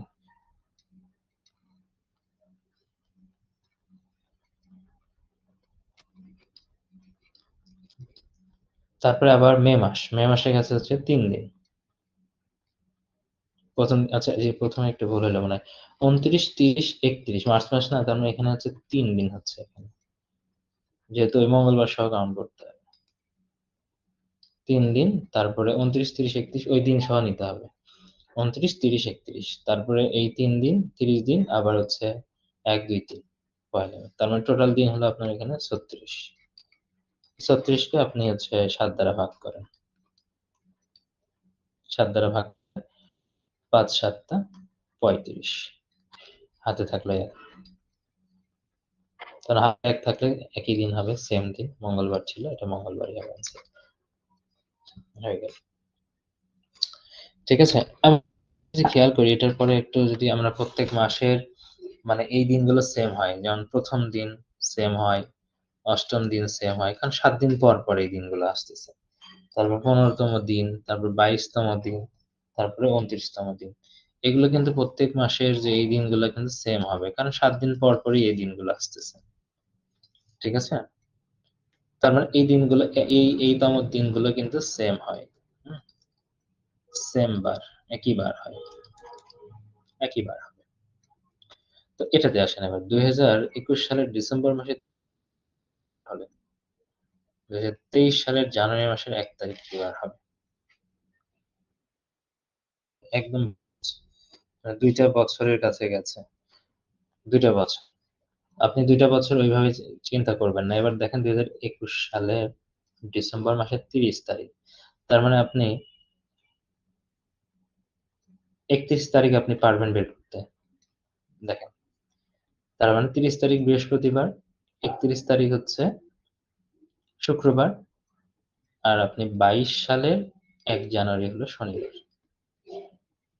22 সালের 1 জানুয়ারি শনিবার, 22 সালের 31 ডিসেম্বরও শনিবার। খেয়াল করেন, তাহলে 23 সালের 1 জানুয়ারি হবে রবিবার। হয়ে গেল। কারণ এখানে সাল একটু বড় থাকলে ওইভাবে আপনি 365 যোগ করার দরকার নাই তো। কারণ আমরা জানি বছরের শুরুর দিন আর শেষের দিন একই হয়। তাহলে শুরুর দিন শেষের দিকে দিন এইভাবে যাওয়ার একটু চেষ্টা করব। করলেই হয়ে যাচ্ছে। তারপর দিন পর কি বার হবে?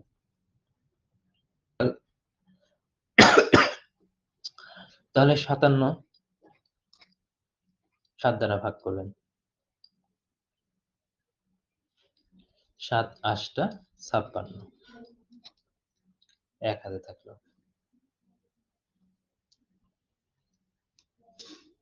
57 দিন পর কিন্তু বলছে, 57তম দিন বলে নাই কিন্তু। ঠিক আছে? তাহলে এক হাতে থাকলো। 57 দিন পর আপনি যদি 57 দিয়ে যদি চিন্তা করেন, তাহলে 57 দিন পর হবে হচ্ছে মানে 57তম দিন, সেটা হচ্ছে শনিবার। 57 দিন পর যদি বলা হয় তাহলে সেটা হবে রবিবার।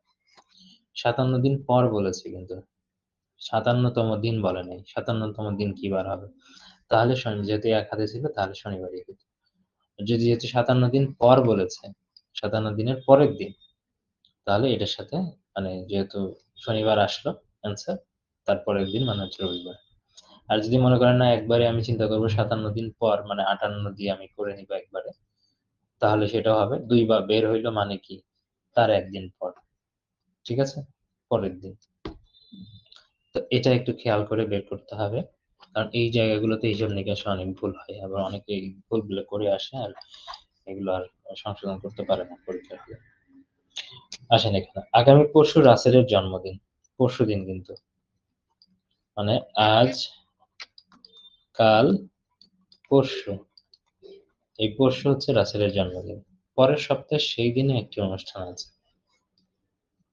পরের সপ্তাহে সেই দিন মানে পরশুদিন যে বার হবে সেই দিনে একটা অনুষ্ঠান আছে। আজ রবিবার হলে অনুষ্ঠানের পরের দিন কি বার হবে? আজ রবিবার হলে মানে আজকে হচ্ছে রবিবার, আর কাল হচ্ছে সোম, পরশু হচ্ছে মঙ্গল, এইভাবে লিখবেন। পরের সপ্তাহে সেই দিনে একটা অনুষ্ঠান আছে। সেই দিন মানে হচ্ছে মঙ্গলবারে একটা অনুষ্ঠান আছে। তাহলে অনুষ্ঠানের পরের দিন কি? মঙ্গলবারের পরের দিন হচ্ছে বুধবার। ব্যাস, এইভাবে এটা কিন্তু আমাদের সলভ হয়ে গেল। ওকে। তারপর আসেন যান্ত্রিক দক্ষতার মধ্যে। তো এইভাবে বার তারিখ সম্পর্কিত যত কিছু আছে সব পড়ে। ও আর একটা বিষয় সেটা হচ্ছে আমি এখানে লিখি নাই যদিও, কিন্তু এটা একটু আমি এখানে লিখে দিচ্ছি আমি নিজের মতো করে। এই জায়গাটাতে অনেকেরই প্রবলেম হয়। এইগুলো দেখছি আমি অনেকেরই প্রবলেম হয়। কারণ এটা আরেকটু স্পেস হলে ভালো হতো মনে হয়। এটা এখানে আমি নোট ডাউন করতে, আচ্ছা এখানে লিখছি। হুম। এটা 5 নাম্বার হিসেবে দিবেন। ঠিক আছে? এটা খুব ইম্পর্টেন্ট। এটা মানে আগামী মানে এই যে বড় ডিস্টেন্সের এগুলা অনেকেরই ভুল হয়। আগামী পরশুর পরের দিন মানে এটা ক্যালকুলেশনে ভুল যে ওরকম না, এটা চিন্তা ভাবনার একটু ভুলের কারণে ক্যালকুলেশনে ভুল হয়। পরের দিন যদি রবিবার হয়, আগামী পরশুর পরের দিন যদি রবিবার হয়, তবে গতকালের আগের দিন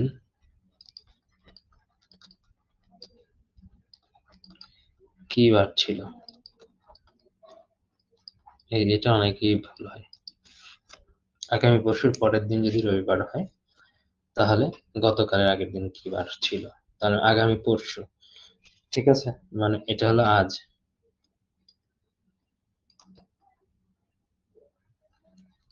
কাল মানে আগামীকাল। আগামীকাল, তারপরে পরশু, বলছে পরশুর পরের দিন, তার মানে পরের দিন এটা। পরশুর পরের দিন হলো এখানে রবিবার। রবিবার বলছে, তার মানে আগের গুলো হচ্ছে এটা কি শনি, এটা হচ্ছে শুক্র, এটা হচ্ছে বৃহস্পতিবার। বলছে গতকালের আগের দিন, মানে আজ ছিল এটা গতকাল, গতকাল তার আগের দিন, তাহলে গতকাল হবে বুধবার, তার আগের দিন হবে মঙ্গলবার। এটা অ্যান্সার কিন্তু মঙ্গলবার।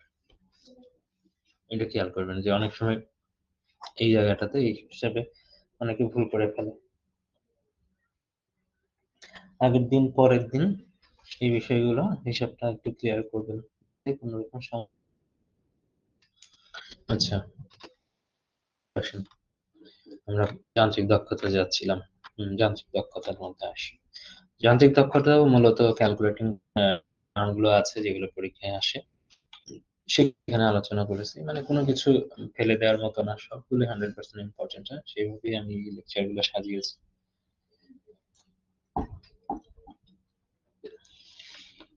তো দেখেন, ভারসাম্য আনতে ডান পাশে কত ওজন দিতে হবে, যেহেতু মাঝখানে এটা দেয়া আছে একটা ভারসাম্য আনার জন্য। এমন ভাবে হিসাব করতে হবে যাতে এই পাশের হিসাব আর এই পাশের হিসাব না। এই পাশে দেখেন ডিস্টেন্স আছে এতটুকু, এখানে 10 ফিট, এটা 10 আছে, তার মানে 10 গুণন 10, এখানে 100, মানে 5 এর জন্য 20, 5 ফুট দূরত্বে 20 পাউন্ড আছে, তার মানে 5 গুণন 20, 100। তাহলে টোটাল এই পাশে হলো কত, 200। তার মানে এখানে আছে, এখানে এই পাশে তাহলে 200 করতে হবে, 500 আনতে গেলে 10 আছে, 10 এর সাথে যদি 20 গুণন করে দেন তাহলে 200 হয়ে যাচ্ছে। তার মানে এখানে 20 পাউন্ড দরকার। এখানে যতগুলো দাগ থাকুক এটা সমস্যা নেই, যেহেতু এটার সাথে এটা বোঝাইছে আর এটার জন্য এটা বোঝাইছে, এই দুইটা যোগ করে দিলেন, গুণন করে 200 হলো। আর এখানে টোটালি একটা রাখতে হবে, যেহেতু একটা এমন ভাবে রাখতে হবে এই দুইটার যেন ভারসাম্য হয়।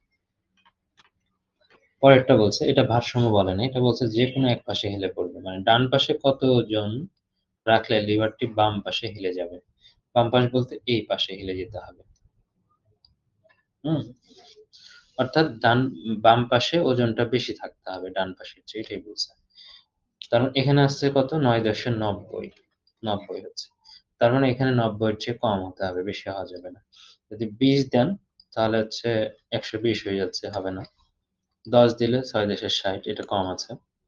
15, 6×15 = 90 সমান সমান ভারসাম্য হয়ে যাবে। 25 দিলে তো আরো বেশি হবে, তার মানে 60, এখানে 10 দিতে হবে। তাহলে 60 দিলে এখানে এটা উঁচুতে থাকবে, ডান পাশে যদি আপনি 10 দেন তাহলে 60 হচ্ছে, 90 হচ্ছে, এটা বাম পাশে হেলে থাকবে। ব্যাস। তারপর আসেন এই ওজন উত্তোলনের, এটা খুব ইম্পর্টেন্ট। হুম, এই যে কপিকল দিয়ে যেটা থাকে, এই যে কপিকল, যদি কোনো ওজন, এখানে দেখেন 24 পাউন্ড ওজন আছে, এই ওজনের সাথে যদি কপিকল লাগানো থাকে তখন একটা হিসাব, আর এই কপিকল না থাকলে তখন আলাদা, দড়ি দিয়ে যদি লাগানো থাকে। যখন ওজনের সাথে কপিকল থাকবে তখন দুই পাশের দড়ি হিসাব হবে, আর ওজনের সাথে যদি এই কপিকলটা না থাকে তাহলে দুই পাশের দড়ি হিসাব হবে না, রশির সংখ্যা একটাই হিসাব হবে। দুইটা থাকলেও রশির সংখ্যা একই হিসাব হবে যদি কপিকলটা না থাকে। কপিকল কাজটাকে গুণ পরিমাণ মানে হেল্প করে, এই জন্য হচ্ছে 2 দ্বারা ভাগ করতে হবে। তাহলে কপিকল একটা থাকলে সুতার হিসাব আসবে হলো 2টা, মানে দড়ির হিসাব।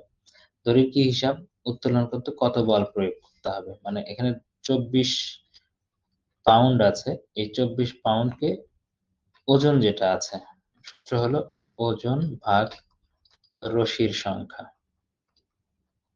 কারণ আমরা জানি যে রশিতে ওজনটা ভাগ হয়ে যাবে, আর ভাগ হয়ে গেলে তখন আপনার কতটুকু বল লাগবে এটা বুঝতে পারবেন। 24/2 মানে হচ্ছে 12 পাউন্ড, 12 পাউন্ড লাগবে এখানে, 12 পাউন্ড বলের প্রয়োজন এখানে।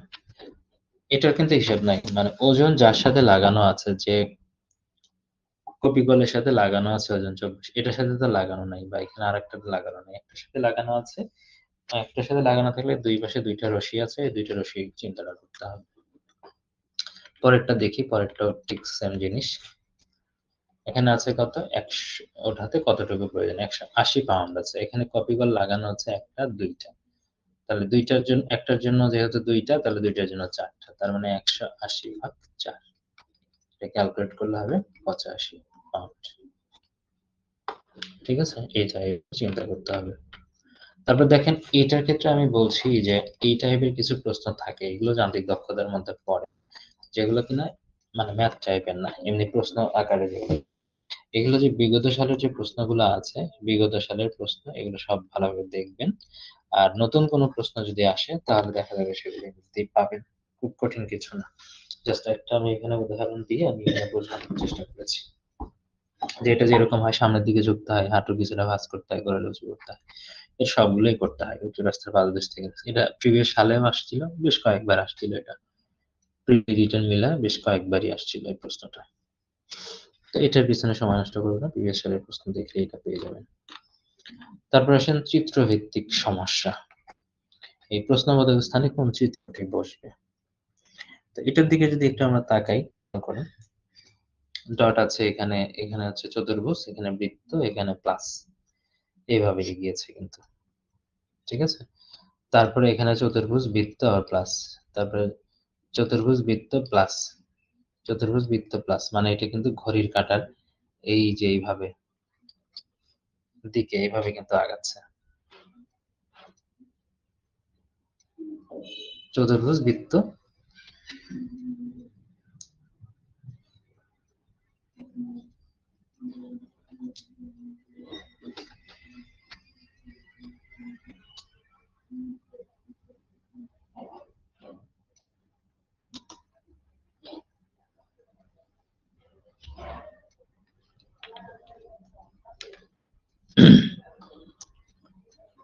এখানে কিভাবে আগাচ্ছে আমি যেটা বলছিলাম, চতুর্ভুজ, বৃত্ত আর হচ্ছে প্লাস, এইভাবে ঘড়ির কাঁটার দিকে করে কিন্তু আগাচ্ছে।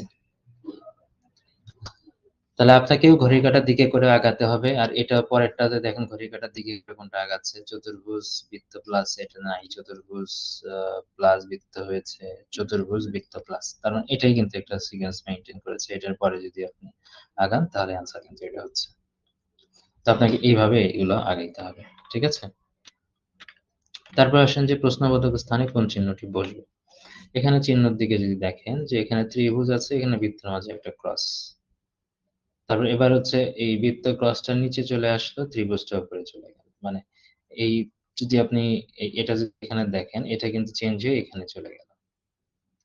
ঠিক আছে, এবার পরেরটার দিকে যদি আমরা চিন্তা করি, এটা থেকে কিন্তু এটা হইলো, তার মানে আবার এটা খেয়াল করেন, এখানে এই পাশে আছে বৃত্ত, এটা আছে এই এই অবস্থা। এখানে চতুর্ভুজের মধ্যে ক্রস, তার মানে এখানে ডেফিনেট বৃত্তটা এটার মতো করে ঘাড়ে উঠবে।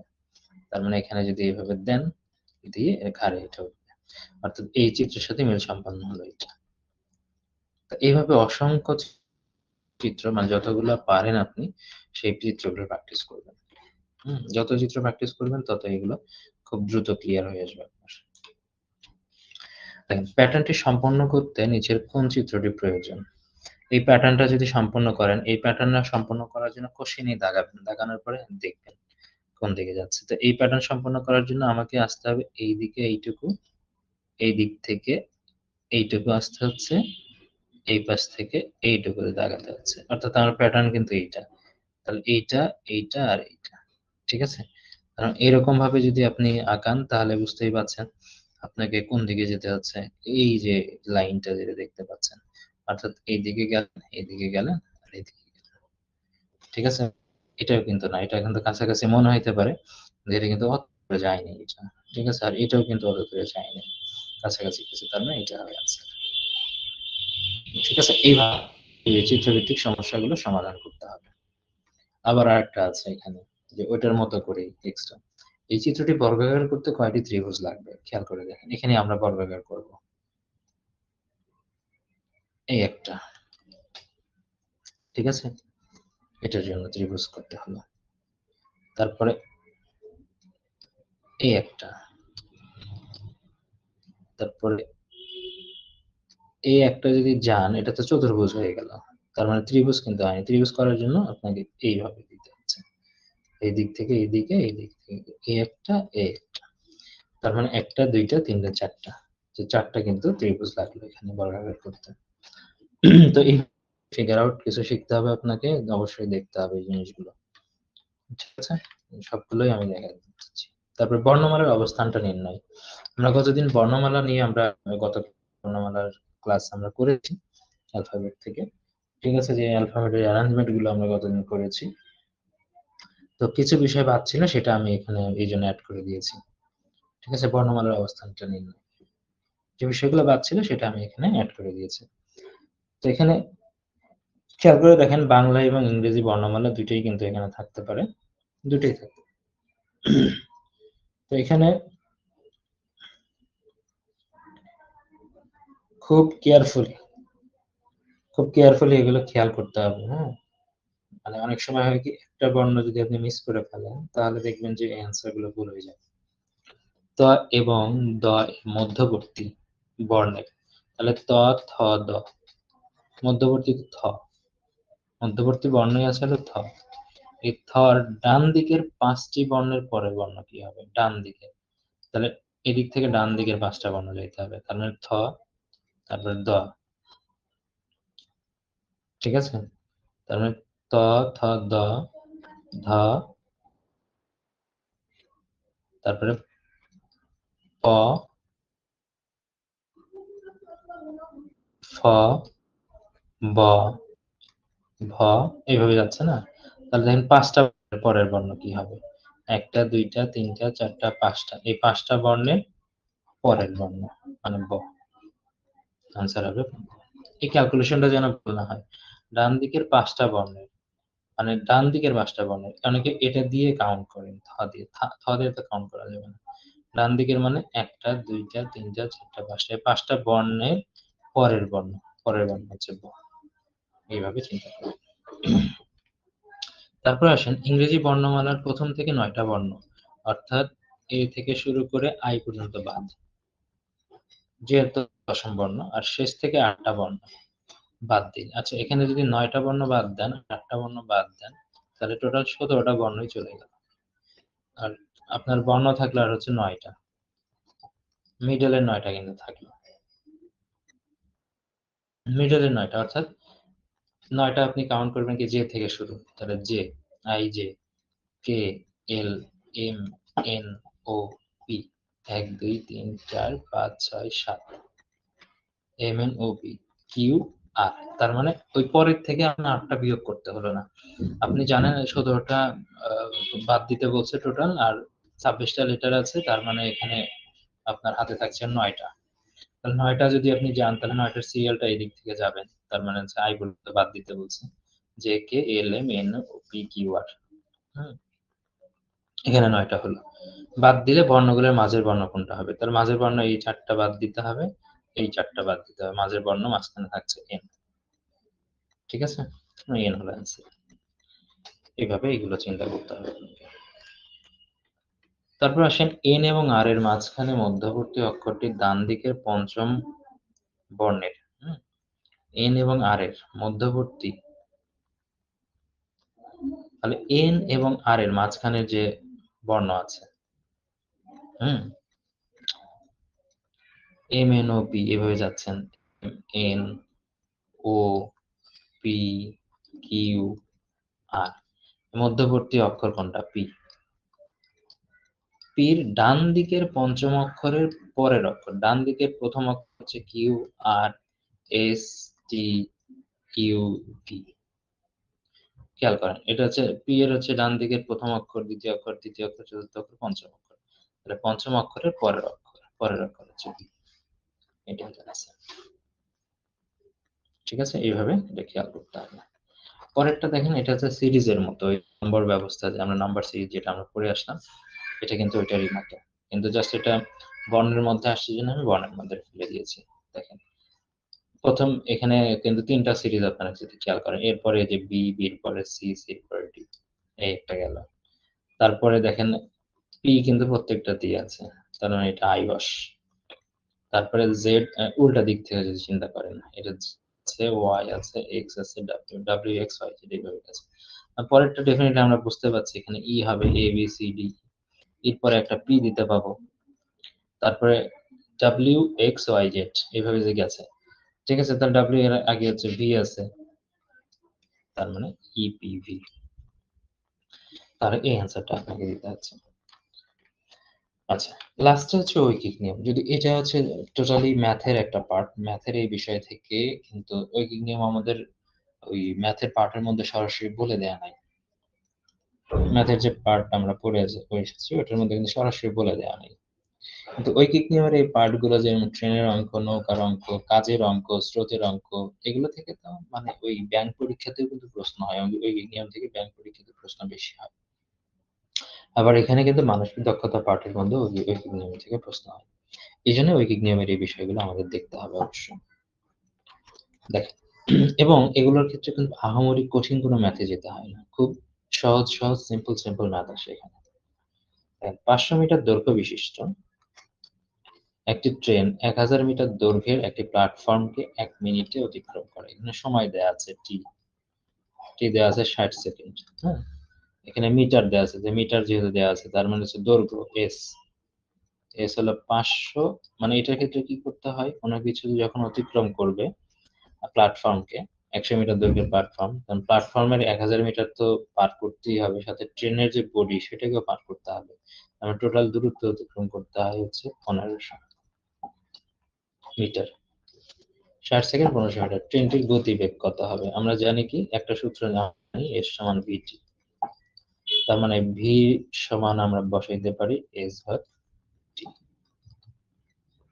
তার মানে এখানে এস ভাগ টি বলা হচ্ছে। কারণ এস এর মান হচ্ছে ১৫০০, টির মান হচ্ছে ৬০।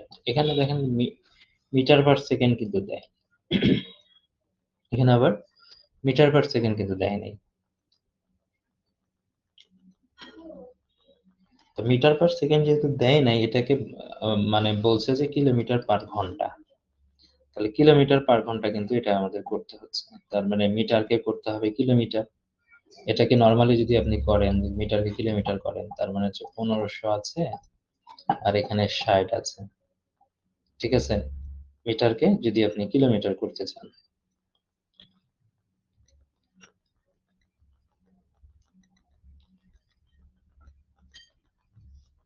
এটা ২ ভাবে করা যায়, হ্যাঁ? ২ ভাবে করা যায়। এটাকে আপনি চাইলে এটাকে ক্যালকুলেট করতে পারেন আগে। হুম? যদি আপনি বলেন যে ১৫০০ বাই মানে ৬০ যেটা আছে এটা আপনি আগে করে নিবেন। ঠিক আছে? তো এটা আগে করে নিতে পারেন। করে নিলে ২৫ আসবে, তাই না? এটা দিয়ে এটা কাটেন আর ৬ দিয়ে যদি ১৫০ কে কাটেন তাহলে হবে ৪ দিয়ে যদি ১০০ কাটেন যেহেতু তাহলে কত হয়? ২৫ মানে ২৫ ১০০ র মধ্যে ৪ যায় হলো সরি ১০০ র মধ্যে ৪ যায় এবার।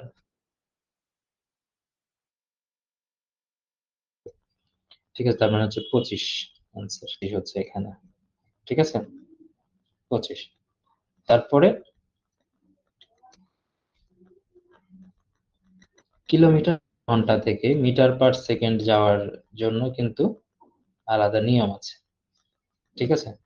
এখন আমরা যদি কিলোমিটার পার আওয়ার কে মিটার পার সেকেন্ডে যাই, তখন আমরা কি করব? ৫/১৮ দ্বারা গুণ।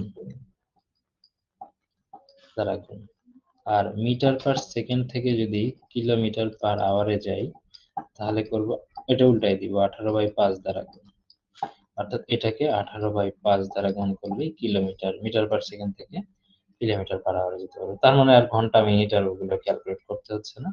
এখানে এটা দিয়ে যদি যান তাহলে ৫×৫ = ২৫ আর ৫×১৮ = ৯০। ৯০ কিলোমিটার পার আওয়ার। এটা অ্যান্সার।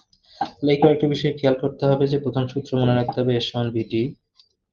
এটা হয়ে গেল। তারপরে কিলোমিটার পার আওয়ার থেকে মিটার পার সেকেন্ড যদি কোথাও করতে হয় আপনাকে তখন যে মানটা আসবে ওটাকে ৫/১৮ দ্বারা গুণ করে ক্যালকুলেট করলেই হয়ে যাচ্ছে।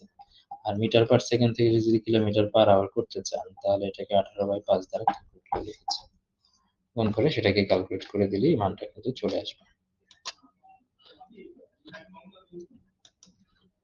আচ্ছা, এটা একটা গেল। পরের নিয়মটাতে যাচ্ছি আমরা।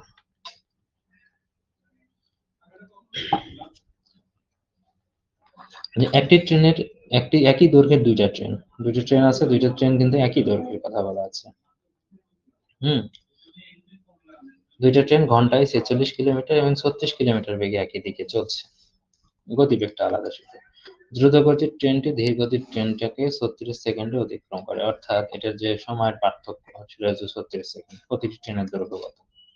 এটা একটু ক্রিটিক্যাল টাইপের হয়, একটু বড় টাইপের হয়, সাধারণত এই টাইপের ম্যাথগুলো পরীক্ষাতে আসে, মানে ব্যাংক পরীক্ষাতে আসে।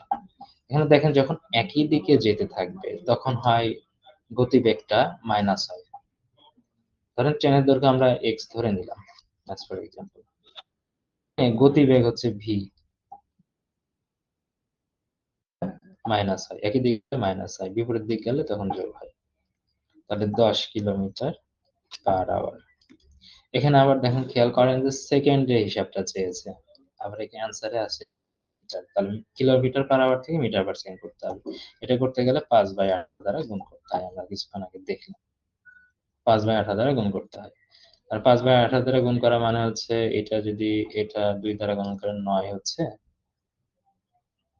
সরি কি করলাম এটা, 2 দ্বারা যদি ভাগ করেন তাহলে এখানে 9 হচ্ছে আর এখানে 5 হচ্ছে, অর্থাৎ 25/9, 25/9 মিটার পার সেকেন্ড।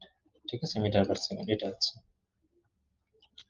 আবার আমরা জানি কি এস সমান ভিটি, এটা জানি। আমাদের এস এর মানটা এখানে জানতে চেয়েছে, টোটাল ট্রেনের দৈর্ঘ্য জানতে চেয়েছে। ট্রেনের দৈর্ঘ্যটা এখানে কিন্তু জানতে চেয়েছে। তার মানে গতিবেগ আমরা দেখেন যদি খেয়াল করেন ভির মান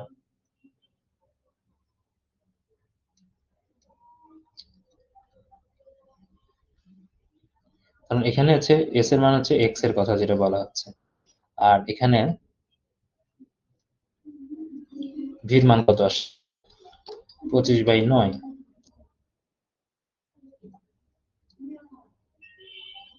তারপরে টির মান আসছে কত 36 সেকেন্ড। হুম, ঠিক আছে, এটা দিয়ে যদি এটা কেটে দিই 4 নং 36, 4 নং 25 100 হচ্ছে।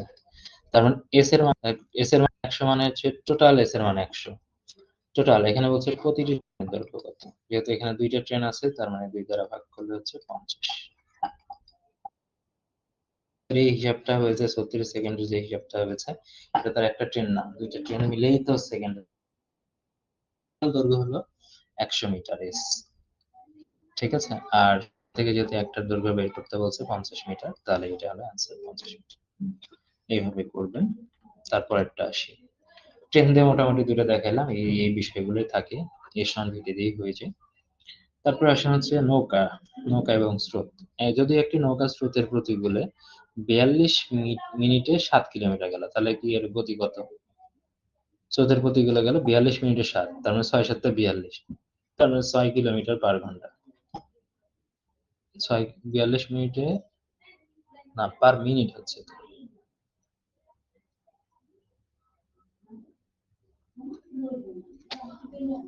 প্রতি মিনিটে যাচ্ছে হলো 6 কিলোমিটার করে, তাই তো হলো। সরি, সরি 7 কিলোমিটার যাচ্ছে 42 মিনিটে, এটা বলেছি। 7 কিলোমিটার যাচ্ছে 42 মিনিট, এটা পরে আসতেছি কিলোমিটার পার আওয়ারের দিকে, আমি পুরোটা পড়ে নিয়ে গিয়ে তারপর হলো দেখেন 42 মিনিটে গেলে হচ্ছে 7 কিলোমিটার, পরে আসতেছে। তারপর স্রোতের গতি হচ্ছে 3 কিলোমিটার পার আওয়ার। তাহলে স্থির পানিতে নৌকার গতিটা কত? যদি স্থির পানিতে নৌকার গতি বলা হয়, স্রোতের প্রতিকূলের হিসাবটা আমরা জানি। ঠিক আছে, যেহেতু স্রোতের প্রতিকূলে নৌকা যাচ্ছে 42 মিনিটে 1 কিলোমিটার, তার মানে 1 মিনিটে যাচ্ছে কত? 1 মিনিটে 7/42 কিলোমিটার। তার মানে আমরা ঘন্টায় যদি হিসাব করি 60 মিনিটে যাচ্ছে হলো 7 × 60 ডিভাইডেড বাই 42, 6, এটা দিয়ে কাটলে হবে 10, তাহলে 10 কিলোমিটার পার আওয়ার গতি। ঠিক আছে, তার মানে এখানে একটা নৌকার স্রোত আমরা পাইলাম, নৌকার গতি পাইলাম। একটা নৌকা স্রোতের প্রতিকূলে যায় হচ্ছে 10 কিলোমিটার পার আওয়ারে, প্রতিকূলে, কিন্তু প্রতিকূলে যাচ্ছে কত? স্রোতের প্রতিকূলে 10 কিলোমিটার পার আওয়ার, এটা পাইলাম, কিন্তু স্রোতের গতি বলা আছে। স্রোতের গতিগুলো কি হয়? একটা হয় নৌকার গতি প্লাস স্রোতের গতি হয়। স্রোতের গতি হয়, খেয়াল করে দেখেন। স্রোতের গতি যেহেতু এখানে 3 কিলোমিটার দেয়া আছে, 10 কিলোমিটার পার আওয়ার। তাহলে খেয়াল করে দেখেন যে এখান থেকে আমরা নৌকার গতিটা আমরা পাচ্ছি। নৌকার গতিটা এখানে যে 10 আছে, এখানে 3 যদি আমরা দেই, ঠিক আছে? তাহলে তাহলে হচ্ছে কত? সরি, এখানে তো মাইনাস হয় স্রোতের গতিগুলো। তার মানে দিতে হবে। তার মানে হচ্ছে 10 মাইনাস মাইনাস 3, তাহলে হচ্ছে কত? 13 কিলোমিটার পার আওয়ার। খেয়াল করে দেখেন, নৌকা মাইনাস স্রোতের গতি, যেহেতু মাইনাস হচ্ছে এখানে, ঠিক আছে? মাইনাস আপনি চাইলে আর ক্যালকুলেশনটা ভালো করে করতে পারেন, যে এটা ওই পাশে পার করে দিয়ে করতে পারেন। তাহলে নৌকা মাইনাস স্রোতের গতি সমান হচ্ছে 10 কিলোমিটার। তার মানে নৌকা সমান এটা। আবার এটা যদি ক্যালকুলেট এভাবে নাও করেন, বা দিয়ে নৌকা দিয়ে যদি করেন, নৌকা সমান 10 প্লাস 3, এটা এই পাশে পার করে দিলেন, তাহলে 13 কিলোমিটার পার আওয়ার। ঠিক আছে, এটাই হচ্ছে স্থির পানিতে নৌকার গতি, 13 কিলোমিটার পার আওয়ার। ঠিক আছে, এইভাবে করলেই হচ্ছে। না বুঝলে আমাকে বলবেন। সহজ সহজ ম্যাথ, এটা বেশি কিছু না। স্থির পানিতে নৌকার বেগ হচ্ছে 15 কিলোমিটার পার ঘন্টা। স্থির পানিতে নৌকার বেগ কিন্তু বলছে। স্রোতের বেগ হচ্ছে 3 কিলোমিটার। স্রোতের প্রতিকূলে নৌকাটি 30 মিনিটে কত দূর অতিক্রম করবে? আগে দেখতে হবে স্রোতের প্রতিকূলের কথা বলছে। স্রোতের প্রতিকূলে বেগটা কত হচ্ছে? স্রোতের প্রতিকূলে বেগটা হচ্ছে নৌকার বেগ মাইনাস স্রোতের বেগ, তাই না? এটাই হয় স্রোতের প্রতিকূলে। তার মানে 15 মাইনাস 3 অর্থাৎ 12 কিলোমিটার পার আওয়ার। মানে প্রতি ঘন্টায় 12 কিলোমিটার যায়। খেয়াল করেন, তাহলে প্রতি ঘন্টায় যদি 12 কিলোমিটার যায়, মানে 60 মিনিটে 12 কিলোমিটার যাচ্ছে, তার মানে 30 মিনিটে কত কিলোমিটার যাবে? 6 কিলোমিটার। ওর মধ্যেই হয়ে গেছে, কিন্তু তেমন কিছু না, এটা ওর মধ্যেই সব আছে। আবার একই কথা, স্থির পানিতে একটা নৌকার গতিবেগ 14 কিলোমিটার পার ঘন্টা। নৌকাটি যদি 1 ঘন্টা 45 মিনিটে স্রোতের অনুকূলে 28 কিলোমিটার দূরত্ব অতিক্রম করে, তাহলে স্রোতের বেগটা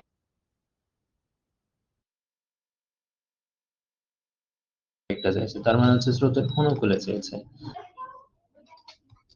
একটা হয় নৌকার বেগ প্লাস স্রোতের বেগ। স্রোতের বেগটা এখানে চেয়েছে। এখানে নৌকার গতিবেগটা 14 কিলোমিটার পার আওয়ার বলেই দিয়েছে। এটা সমান হচ্ছে এই যে 1 ঘন্টা 45 মিনিটে 28 কিলোমিটার গেছে।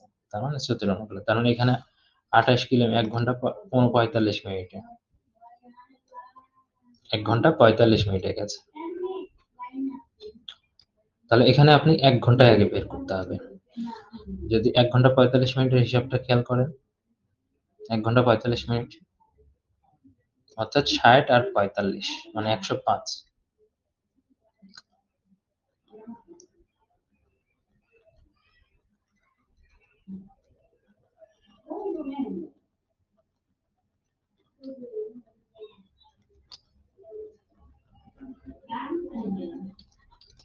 একশো পাঁচ মিনিটে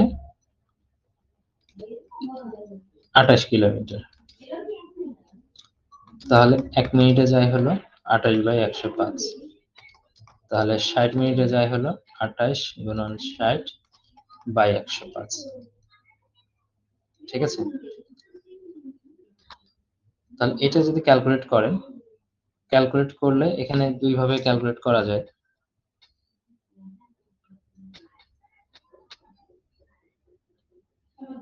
এটা খেয়াল করলে 16 হবে যদিও, যদি এখানে এটা দ্বারা ভাগ করেন, 60 কে যদি ভাগ করেন, ধরেন 4 দ্বারা যদি ভাগ, 15 দ্বারা ভাগ করেন, 4 15 60। ঠিক আছে, 4 15 60। আর এখানে 7 7 দিয়ে, তারপর 4 7 28, 4 4 16। তার মানে এখানে 16 কিলোমিটার পার আওয়ার হলো। তার মানে এখানে হচ্ছে 16 কিলোমিটার পার আওয়ার। তাহলে প্লাস স্রোতের বেগ সমান 16 কিলোমিটার পার আওয়ার। ডেফিনেটলি এখানে 14 আছে, এখানে 16 আছে, তার মানে স্রোতের বেগ বিয়োগ করলে হচ্ছে 2 kilometre per hour. 2 kilometre per hour হয়ে গেল। তো এর বাইরে কিছু না, বিভিন্ন প্যাটার্নে আলোচনা করলাম, প্রত্যেকটা দেখবেন। এবার হচ্ছে কাজ। কাজ আর হচ্ছে চৌবাচ্চা পূরণ, এই বিষয়টা প্রায় সেম জিনিস, একই হিসাবে করতে হয়। রিফাত এবং সিফাত একটি কাজ করতে পারে 4 দিনে, সিফাত একই কাজ করতে পারে 6 দিনে, রিফাত এই কাজটি কত দিনে করতে পারে।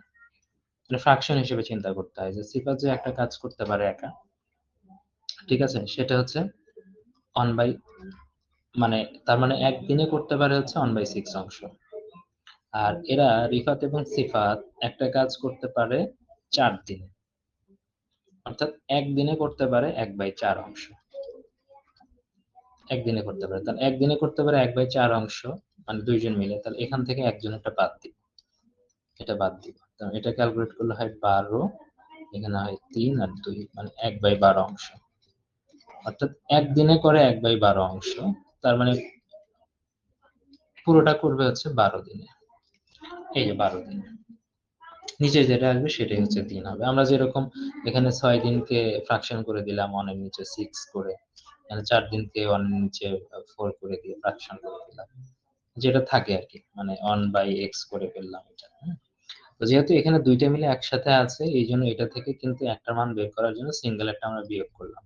আর যদি দুইটা একসাথে থাকতো, আলাদা আলাদা থাকতো, যদি বলা থাকতো যে সিফাত করে 6 দিনে আর রিফাত করে 12 দিনে, এইভাবে যদি বলা থাকতো, তাহলে দুইজনে একসাথে কত দিনে করবে, তাহলে আমরা করতাম কি 1/6 যোগ 1/12, তাহলে এটা করলে হতো 12, এটা 2, এটা হচ্ছে 1, তার মানে হচ্ছে 3/12 হতো, এটা দিয়ে কাটলে হতো 4, মানে 1/4 মানে হচ্ছে 4 দিনে করতে পারতো।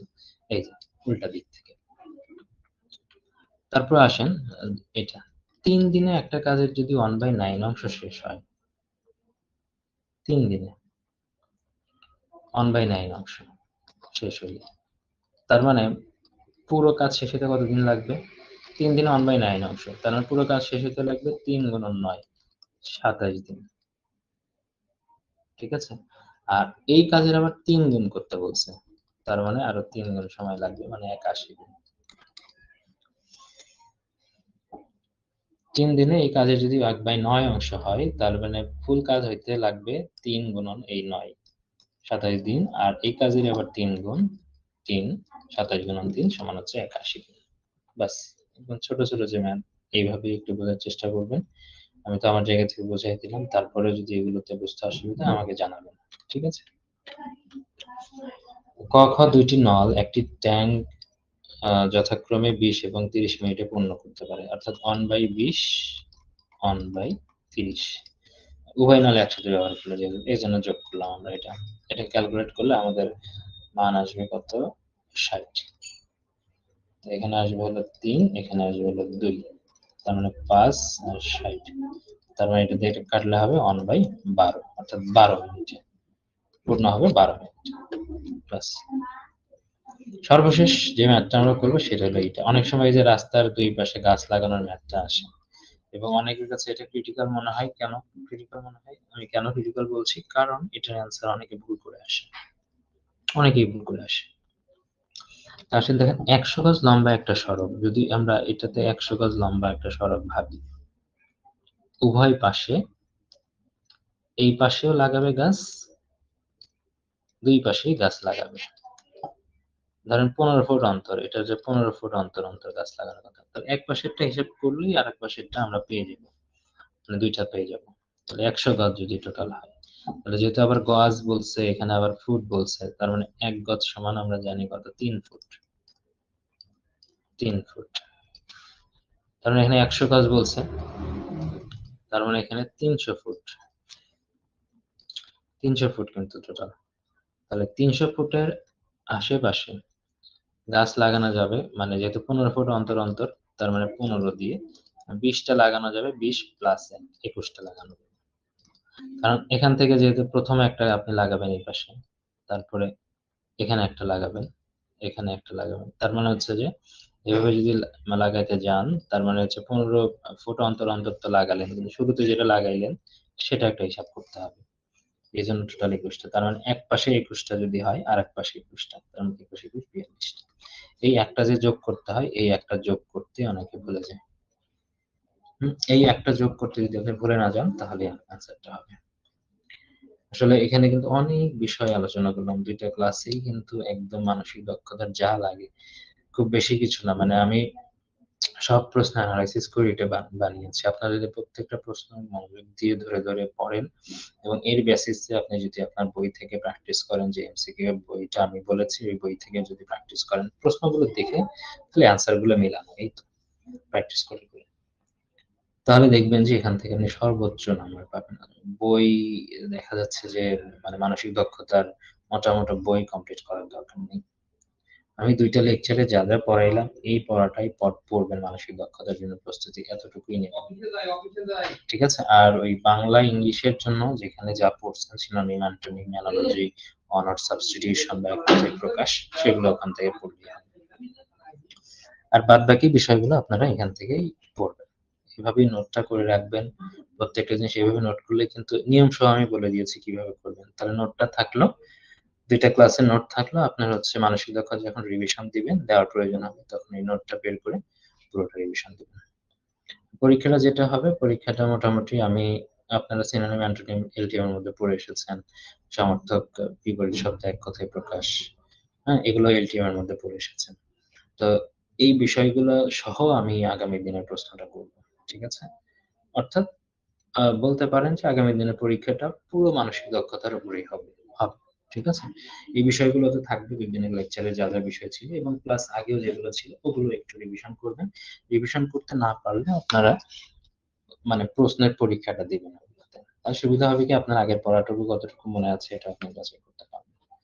আজকে এই পর্যন্ত। আগামী ক্লাসে আমাদের আগামী ২ টা ক্লাস হবে আমাদের হচ্ছে নৈতিকতা মূল্যবোধের উপরে এবং নৈতিকতা মূল্যবোধের জন্য ওই ২ টা ক্লাসই যথেষ্ট। ওই ২ টা ক্লাস দিয়ে আপনি ১০ নম্বরের মধ্যে ৬ টা যদি প্রয়োজন হয় পারার মানে কমন পড়ে তাহলে ৬ টাই কমন পাবেন। যদি ৭ টা ৮ টা পারেন তাহলে দেখা যাবে ২ টা ক্লাস থেকে ৭ টা ৮ টা পারবেন। আমার এগুলোর জন্য এই অনেক বেশি মোটা, মোটা বই পড়ার দরকার নাই। এইজন্য এই লেকচার গুলো আমি শেষের দিকে রেখেছি মানসিক দক্ষতা, নৈতিকতা, মূল্যবোধ। এই বিষয়গুলো শেষের দিকে রেখেছি। দেখেন কত শর্টে এটা কমায় আনা যায়। বাংলার এটার মধ্যে যদি আমি বাংলা ভাষাগত যৌক্তিক বিচারের মধ্যে যদি আবার এখন নতুন করে সমার্থক শব্দ পড়াইতে যাই, বিপরীত শব্দ পড়াইতে যাই, ডেফিনিটলি এগুলো অনেক বড় সময় লাগবে।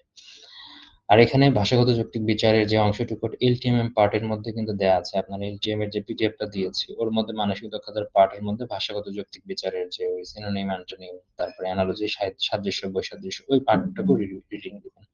আর যদি ওটাতে দেয়াই থাকলো, আর এর বাইরে তো আমি এমসিকিউ বই যেটা কিনতে বলেছি ওখান থেকে পড়লাম। ঠিক আছে? ওখানে পড়লেও কিন্তু এই বিষয়গুলো আপনার আছেই। হ্যাঁ? ঠিক আছে তাহলে। সবাই ভালো থাকবেন। আগামী ক্লাসে দেখা হচ্ছে। আসসালামু আলাইকুম।